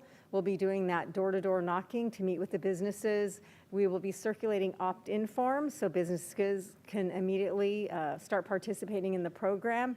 And we'll be engaging those community-based organizations. And one of our first works of order will be surveying them to find out what type of support they can offer and what would be appropriate for them to engage with. Next slide, please. So tonight we're asking for the board to authorize up to $3 million per year for up to 5 years, maximum of $15 million to support the Small Business Resource Program. And thank you, and happy to answer any questions. Thank you so much for all of that amazing work. I'm going to go to the public and see if there's any public comments on this item. There are not. Oh, Eugene, thank you. Sorry about that, Eugene. Thank you. Welcome. Evening once again, board members. Eugene Bradley, Silicon Valley Transit users. Good on you, VTA, for learning the lessons regarding the issues with the Alum Rock BRT lane construction, as well as the downtown San Jose Transit Mall, with the businesses having shut down because of construction issues. So it's great that VTA is establishing this fund for small businesses during the construction of BART Phase 2 down to Santa Clara. Let's make this happen. Thank you. Thank you, Eugene. We're going to close the public comments. And we had a motion and a second, I think, already. I have a question. Not yet. May I get a motion? Yes, I'll get a motion, so approved. And a second? Second. Okay, thank you. And I'll go to Otto. Yeah, so quick question is regarding the eligibility requirement of being 500 feet of the project and trying to see if that's something that might be expanded to have a little flexibility for the businesses. We are going to, part of our discussion was if a business was like a block or so out of the area and maybe that, while that they weren't directly adjacent, but maybe the car traffic or pedestrian traffic. So we are creating a buffer zone around that 500 feet. So we are expanding that. Great, okay, that's all I have, thank you. Great, thank you. Carmen? Thank you, Chair. So the question I have, will these grants go to the business owner or will they go to the property owner? They will go to the business owner, so that the funds will go to help support the business in their business operations. Okay, so for the business operation, okay, great. And so what about street vendors? They're not included in that? Because I know some of them do have a license. You know, we have not discussed street vendors, but if they are a licensed business and they were suffering impacts, I will have to check with our legal team, but I don't see, as long as they're licensed, then they would probably qualify. Well, thank you for the presentation. Thank you. Matt? Yeah, just a quick question. I heard some concern about the proposed cap. Forget if it's 10,000 per business per year. Is that correct? We currently have it established at 10,000 per business per year, yes. Okay, and well, that sounds like a lot of money. Obviously, given what rents are, given potential impacts, how do we come to that figure? Is there an opportunity for us to do more analysis as the project gets underway? How hard of a cap is that? I'd just like to understand. I don't want to see businesses actually go out of business because of this project, and if the difference between 10 and 15,000 in a year is the delta, let's do the smart thing and keep that small business going. So that's the spirit of my question. Yeah, we did. We based it on analysis of other mega projects, and being LA Metro, Phoenix, and what they found out was actually we budgeted. That's basically, we budgeted for the maximum that every business got that maximum. So there could be some flexibility, but in reality, what happened with the other organizations was that approximately only 25% of the grant funds were distributed. So they actually had a surplus. But we can definitely, if we find out that that's insufficient, then we'd come back to the board and authorize to up that amount. Yeah, I guess I'd just suggest that we keep the cap flexible enough that it's based on measurable impact to the business. I think you could have situations where a small number of businesses are immensely impacted and could be driven out of business, whereas you may have other blocks where businesses have minimal impacts, and they may not even apply for grants. And so I want to make sure we have enough flexibility. The goal should be to keep everybody in business, I think, within reason, as long as they're running a viable business, right? So there's a little bit of moral hazard there, but I'd suggest flexibility in our approach. Thank you. Just as a follow-up to that, I think that if the maker of the motion and that maybe the seconder would consider this, I do think that having an ongoing process for the evaluation of it and a report out to the appropriate committee just makes sense. We didn't necessarily do that quite as rigorously with Bus Rapid Transit at first, but I think the check-in is actually a really, really good point. And also probably to do a reassessment as the project starts, because that, we'll know the exact date and all that. But that's a really, and thank you for doing the research, because you came in with something well-researched. Thank you. Pam? Thank you. Thank you for bringing this forward to us. What Matt mentioned, actually, sorry, Director Mahan. That's fine. You mentioned that other agencies who've implemented this have had a surplus. Why did they have a surplus? The businesses either weren't impacted to the extent that they had anticipated, or they didn't actively apply for the grants. Okay, that brings me to my next question then. How easy is it to get the grant? What kind of paperwork is required of these businesses to provide to you besides the business license, which frankly might be an impediment because the city's business license isn't all that cheap?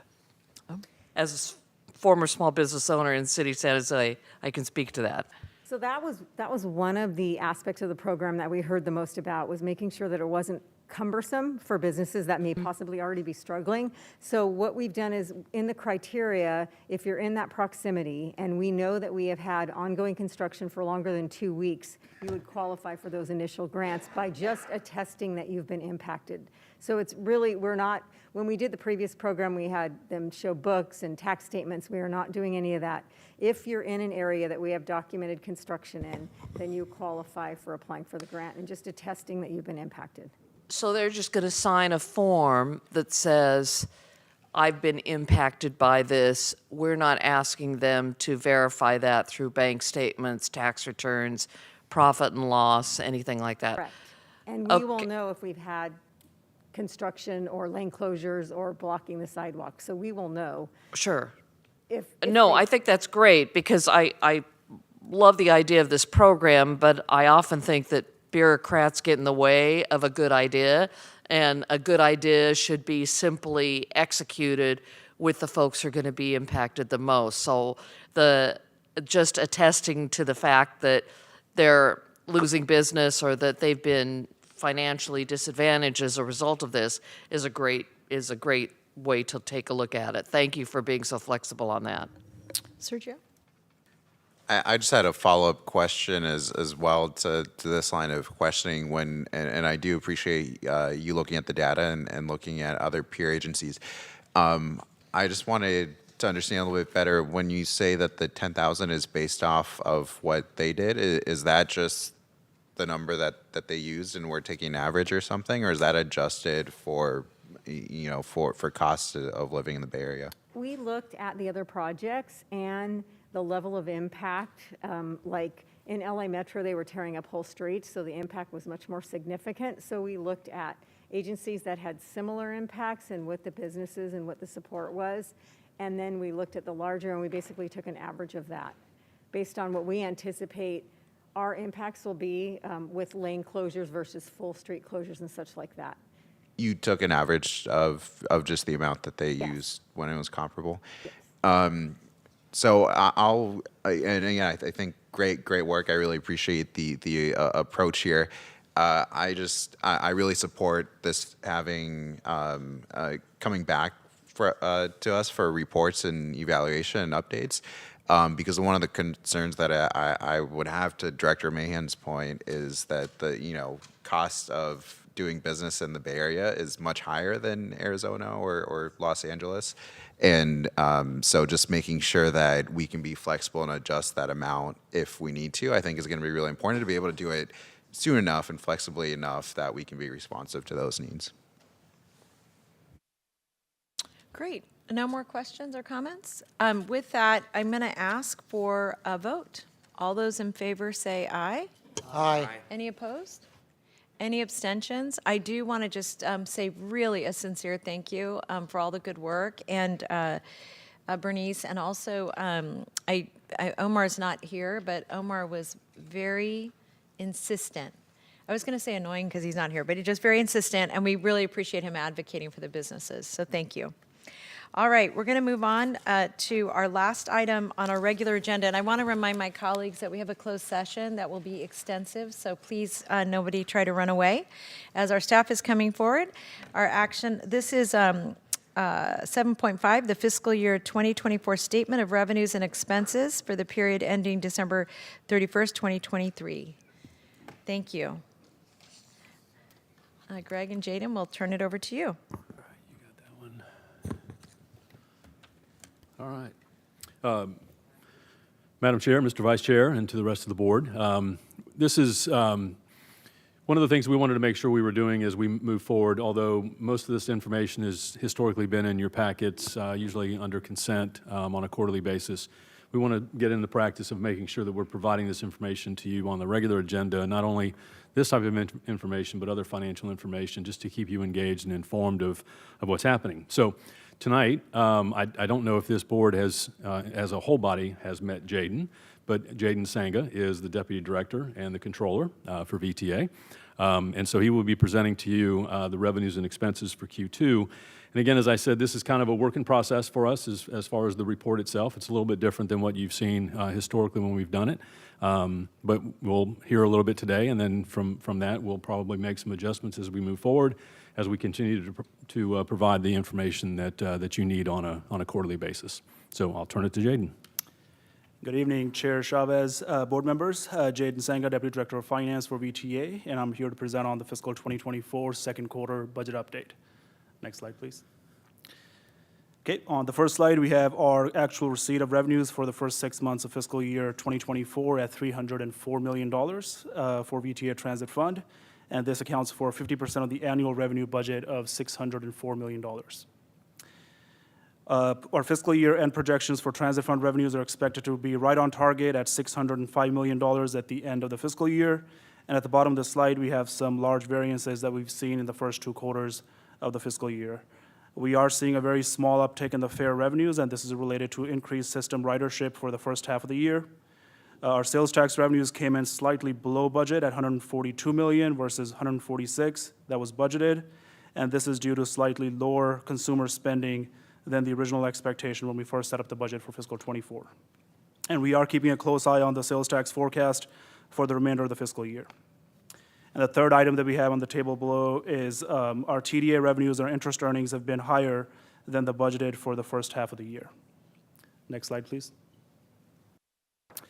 On the next slide here, we have a graphical presentation of the quarterly revenues compared to the previous quarterly performances in the prior years. The dark green bars show the second quarter performance going back to fiscal year 2020.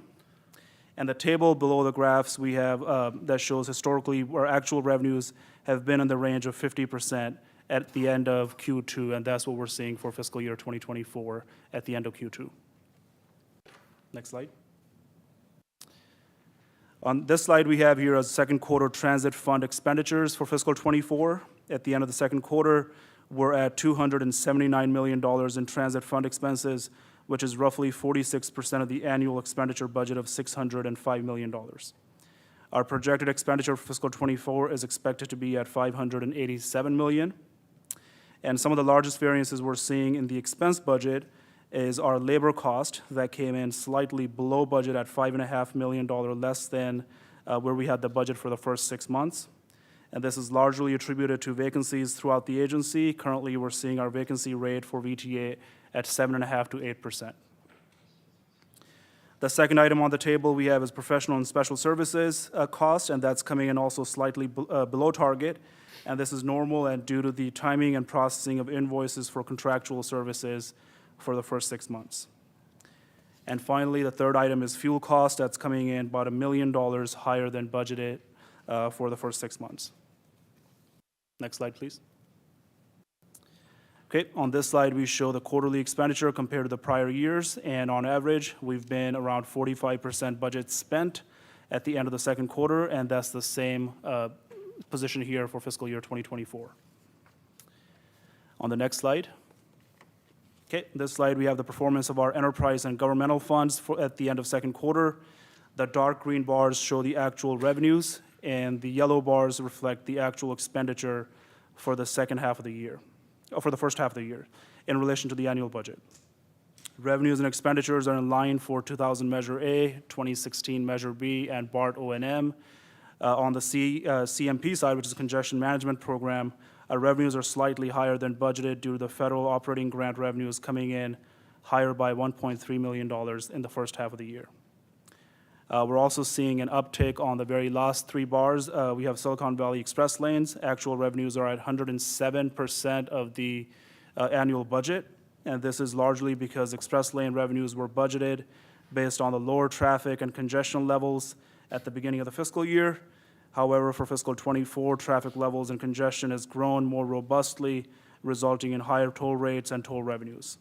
And we are expected to have a positive net position for this fund at the end of this fiscal year. Next slide. Okay, and finally, we have a recommendation to the board to accept the second quarter budget status update. And with that, we'll be happy to take any questions from the board. Thank you. I'm going to see if there's any public comment before I go to the board.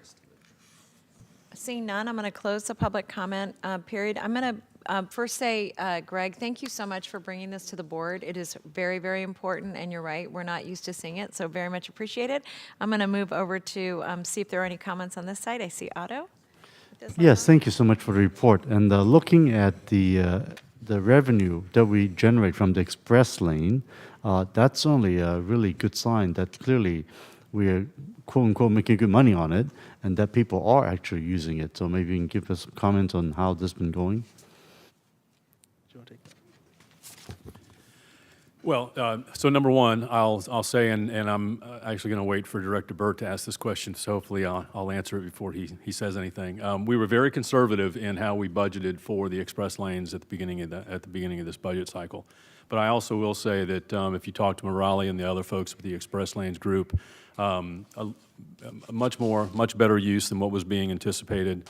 And I think what you're going to see as we move forward, identifying how best to utilize those dollars, because what Morali and the rest of the team is really identifying is policies that are necessary to make sure that we're preserving the dollars, reserving dollars for future use, but also the expansion efforts as far as other efforts within the express lanes. So it has been a very positive.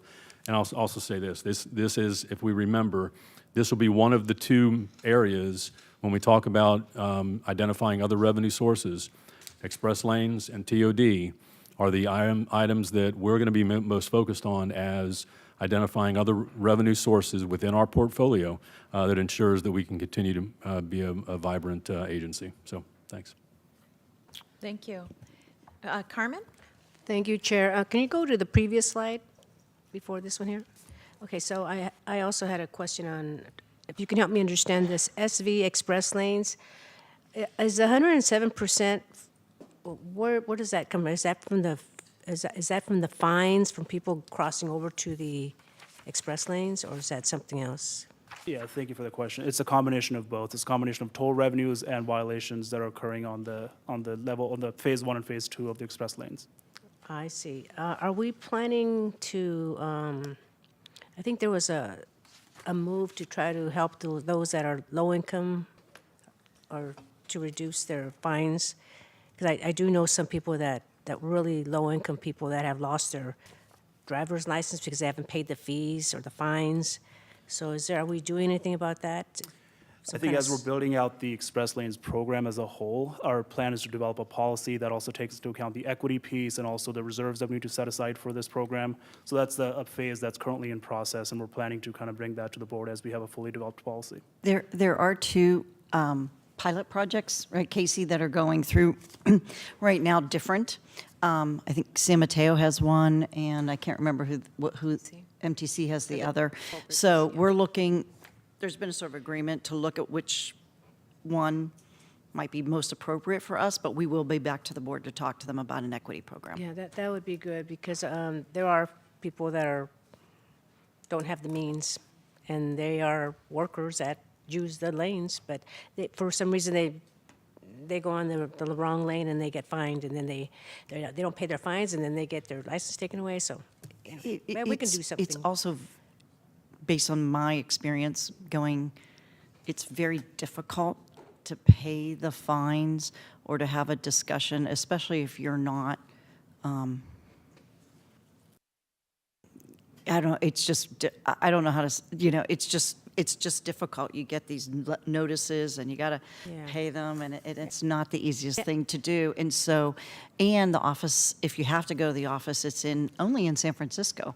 So you have to go to the MTC building, which is not even very accessible from our areas, even from transit. I'm just looking at it through a social equity lens. So yeah, we can look into that. Thank you. Thank you very much. Pam. Thank you. Thank you for this quarterly report. And I had an observation and a question.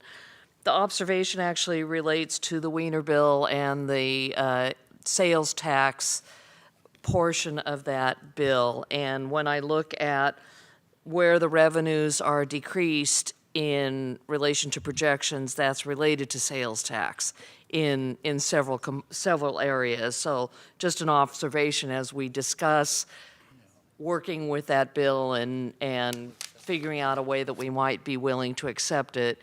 Sales tax revenue may not be all that dependable as it relates to a source. The other thing that I'm finding a little confusing about this report is that I don't see a combined year-to-date net income. I see revenue, I see expenses, but I don't see them together. So I'd really love to see another bar graph showing them combined. And Greg, you're laughing because I saw that myself, and we did not make that change. So that's a very good point. I actually wrote it down in case the question was asked, what is our net for the quarter and what is our net for the year, just in case that was a question. Okay, so what is it? 25 for the quarter and 18 for the year is the projection. So. Thank you. Surplus. Surplus, Sorry. okay, Yes. Thank you. Sorry about that. That's it. Great. Suds? Anybody over here? Yeah, I served on the I-680 Express Lanes board, JPA board, until we closed it down. But I love Express Lanes. They were generating a lot of revenue, but there was, all the revenue was going back into expanding Express Lanes, and I wanted to understand if we have a policy or a philosophy for how we use that, because Express Lane money can be used to expand Express Lanes, but also to fund and subsidize transit. So I wanted to understand if we had something. Thank you. Member Jane, there is a challenge with express lane funding and the use of those funds. It depends upon the legislation that governs the creation of those lanes. In almost all cases, in Santa Clara County, it has to be reinvested in the corridor within which the express lane exists. It is our goal, our goal as government affairs staff, to change the legislation to enable us to use it more proactively to create additional express lanes, following the program that we have currently, which I think will have major advantages for transportation as well as for revenue for VTA. But your question is right on point. I do want to say, one of the things I want to do this year is bring back to CMPP very clearly. We do have a flow down from when we get the revenues. There are certain things like any debt we have to cover. We have some maintenance on the facility that need to be done. So there's a formula that's within the agreements that we have with Caltrans. But then there's also the discussions about, as we're generating more, what do we do? And I do believe, and I think Jaden was talking about a little bit, is really coming up with really having a policy for the express lanes, coming forward every year to the board really explicitly about what that budget would be based on our projected revenues and expenditures and what we would spend, because I would like to, and ask Greg, I talk about this all the time, is really we are really lucky we're one big agency that we could actually monetize the express lanes to support transit service in the corridors, transit service throughout the county, bicycle ways, as well as continue to build. So, and you'll see we're potentially, hopefully, we're ranked number 1 right now on the list going to, I think it's CTC, to get our next phase potentially funded. And that we actually pledged that we would give 40 or 50% of those revenues to transit services. So that will be, I think CMPP will be taking it to the committee to specifically address that. It's important because we are generating substantial revenue now. Thank you. Sergio.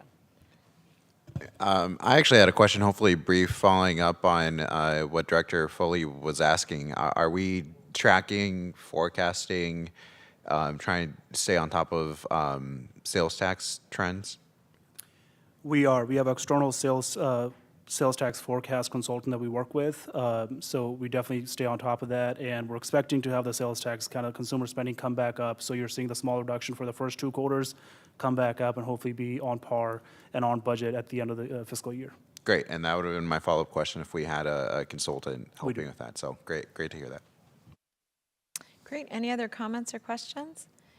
Seeing none, this is a non-action item. Oh, it is? It is an action. Oh, I apologize. Then we will ask, all those in favor say aye. Aye. I didn't take a motion. Are you sure? I'll Okay, make a motion to and you know accept the what? report, to I accept the want to tell you statement. something. She has coffee for us, and I'm still messing that up. Okay, so we have a motion from Otto? Yes. And a second from Suds? Yes. All right. Everybody ready to go? All those in favor say aye. Aye.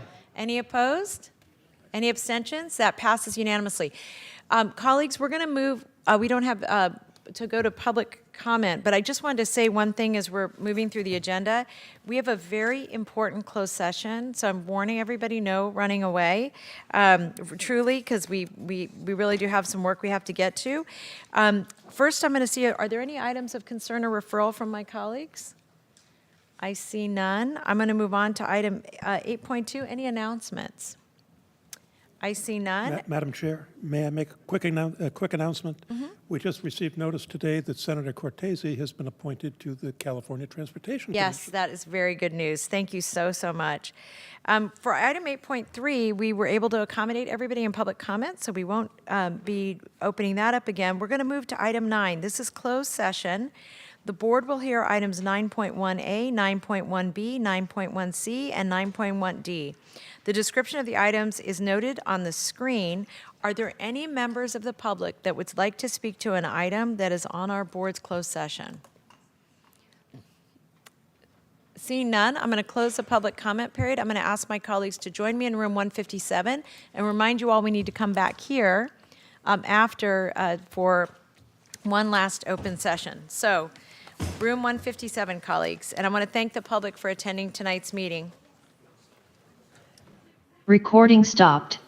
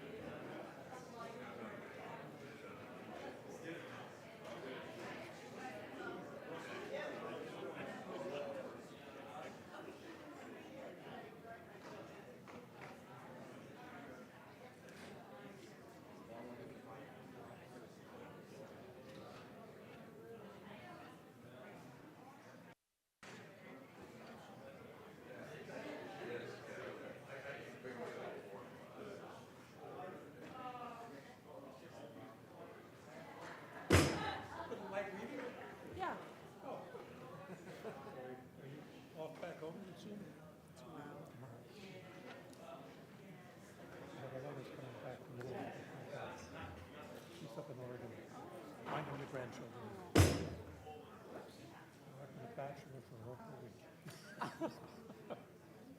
Me and the dog and the plumbers. Oh my goodness. Still? Take care. Yeah, good to see you.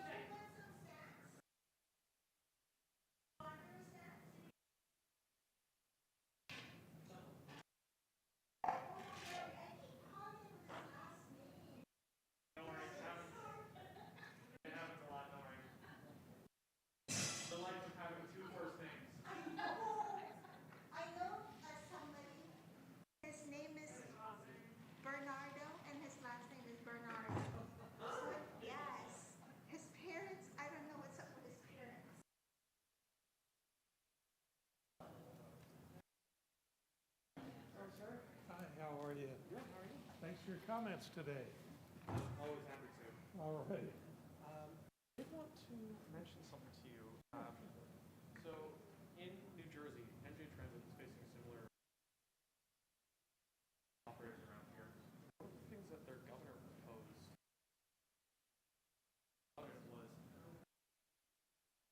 on large business profits.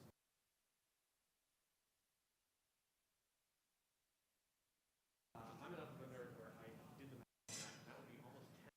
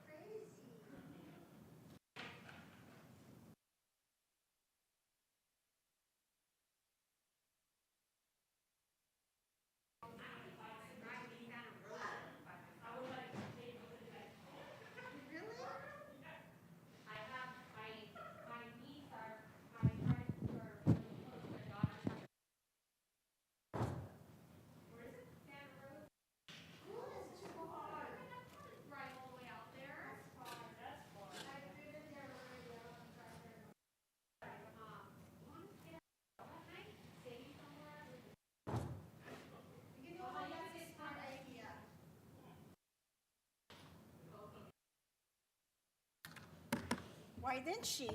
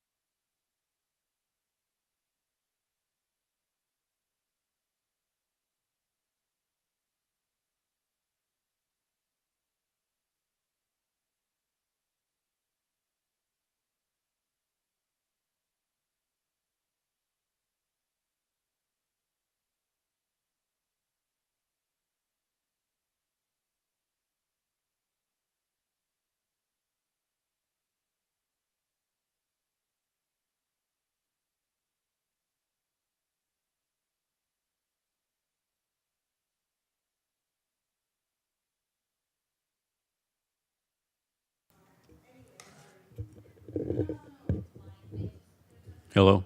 Hello?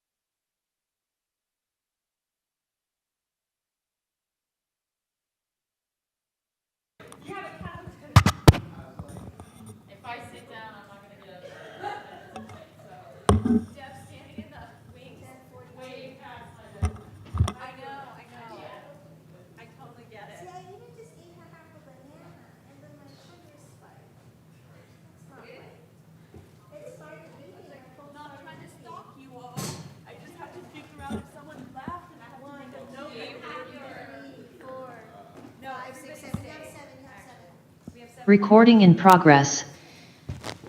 Thank you very much. We're returning back from closed session, and I'm going to turn to council for the closed session report. Thank you, Chair. The board did not take any reportable actions on 91A, C, or D. Oh, actually, you have to report out for D. Item 9.1B was deferred. And we have no reportable actions from 9.1D. Thank you. Thank you all. We are adjourned. Thanks all.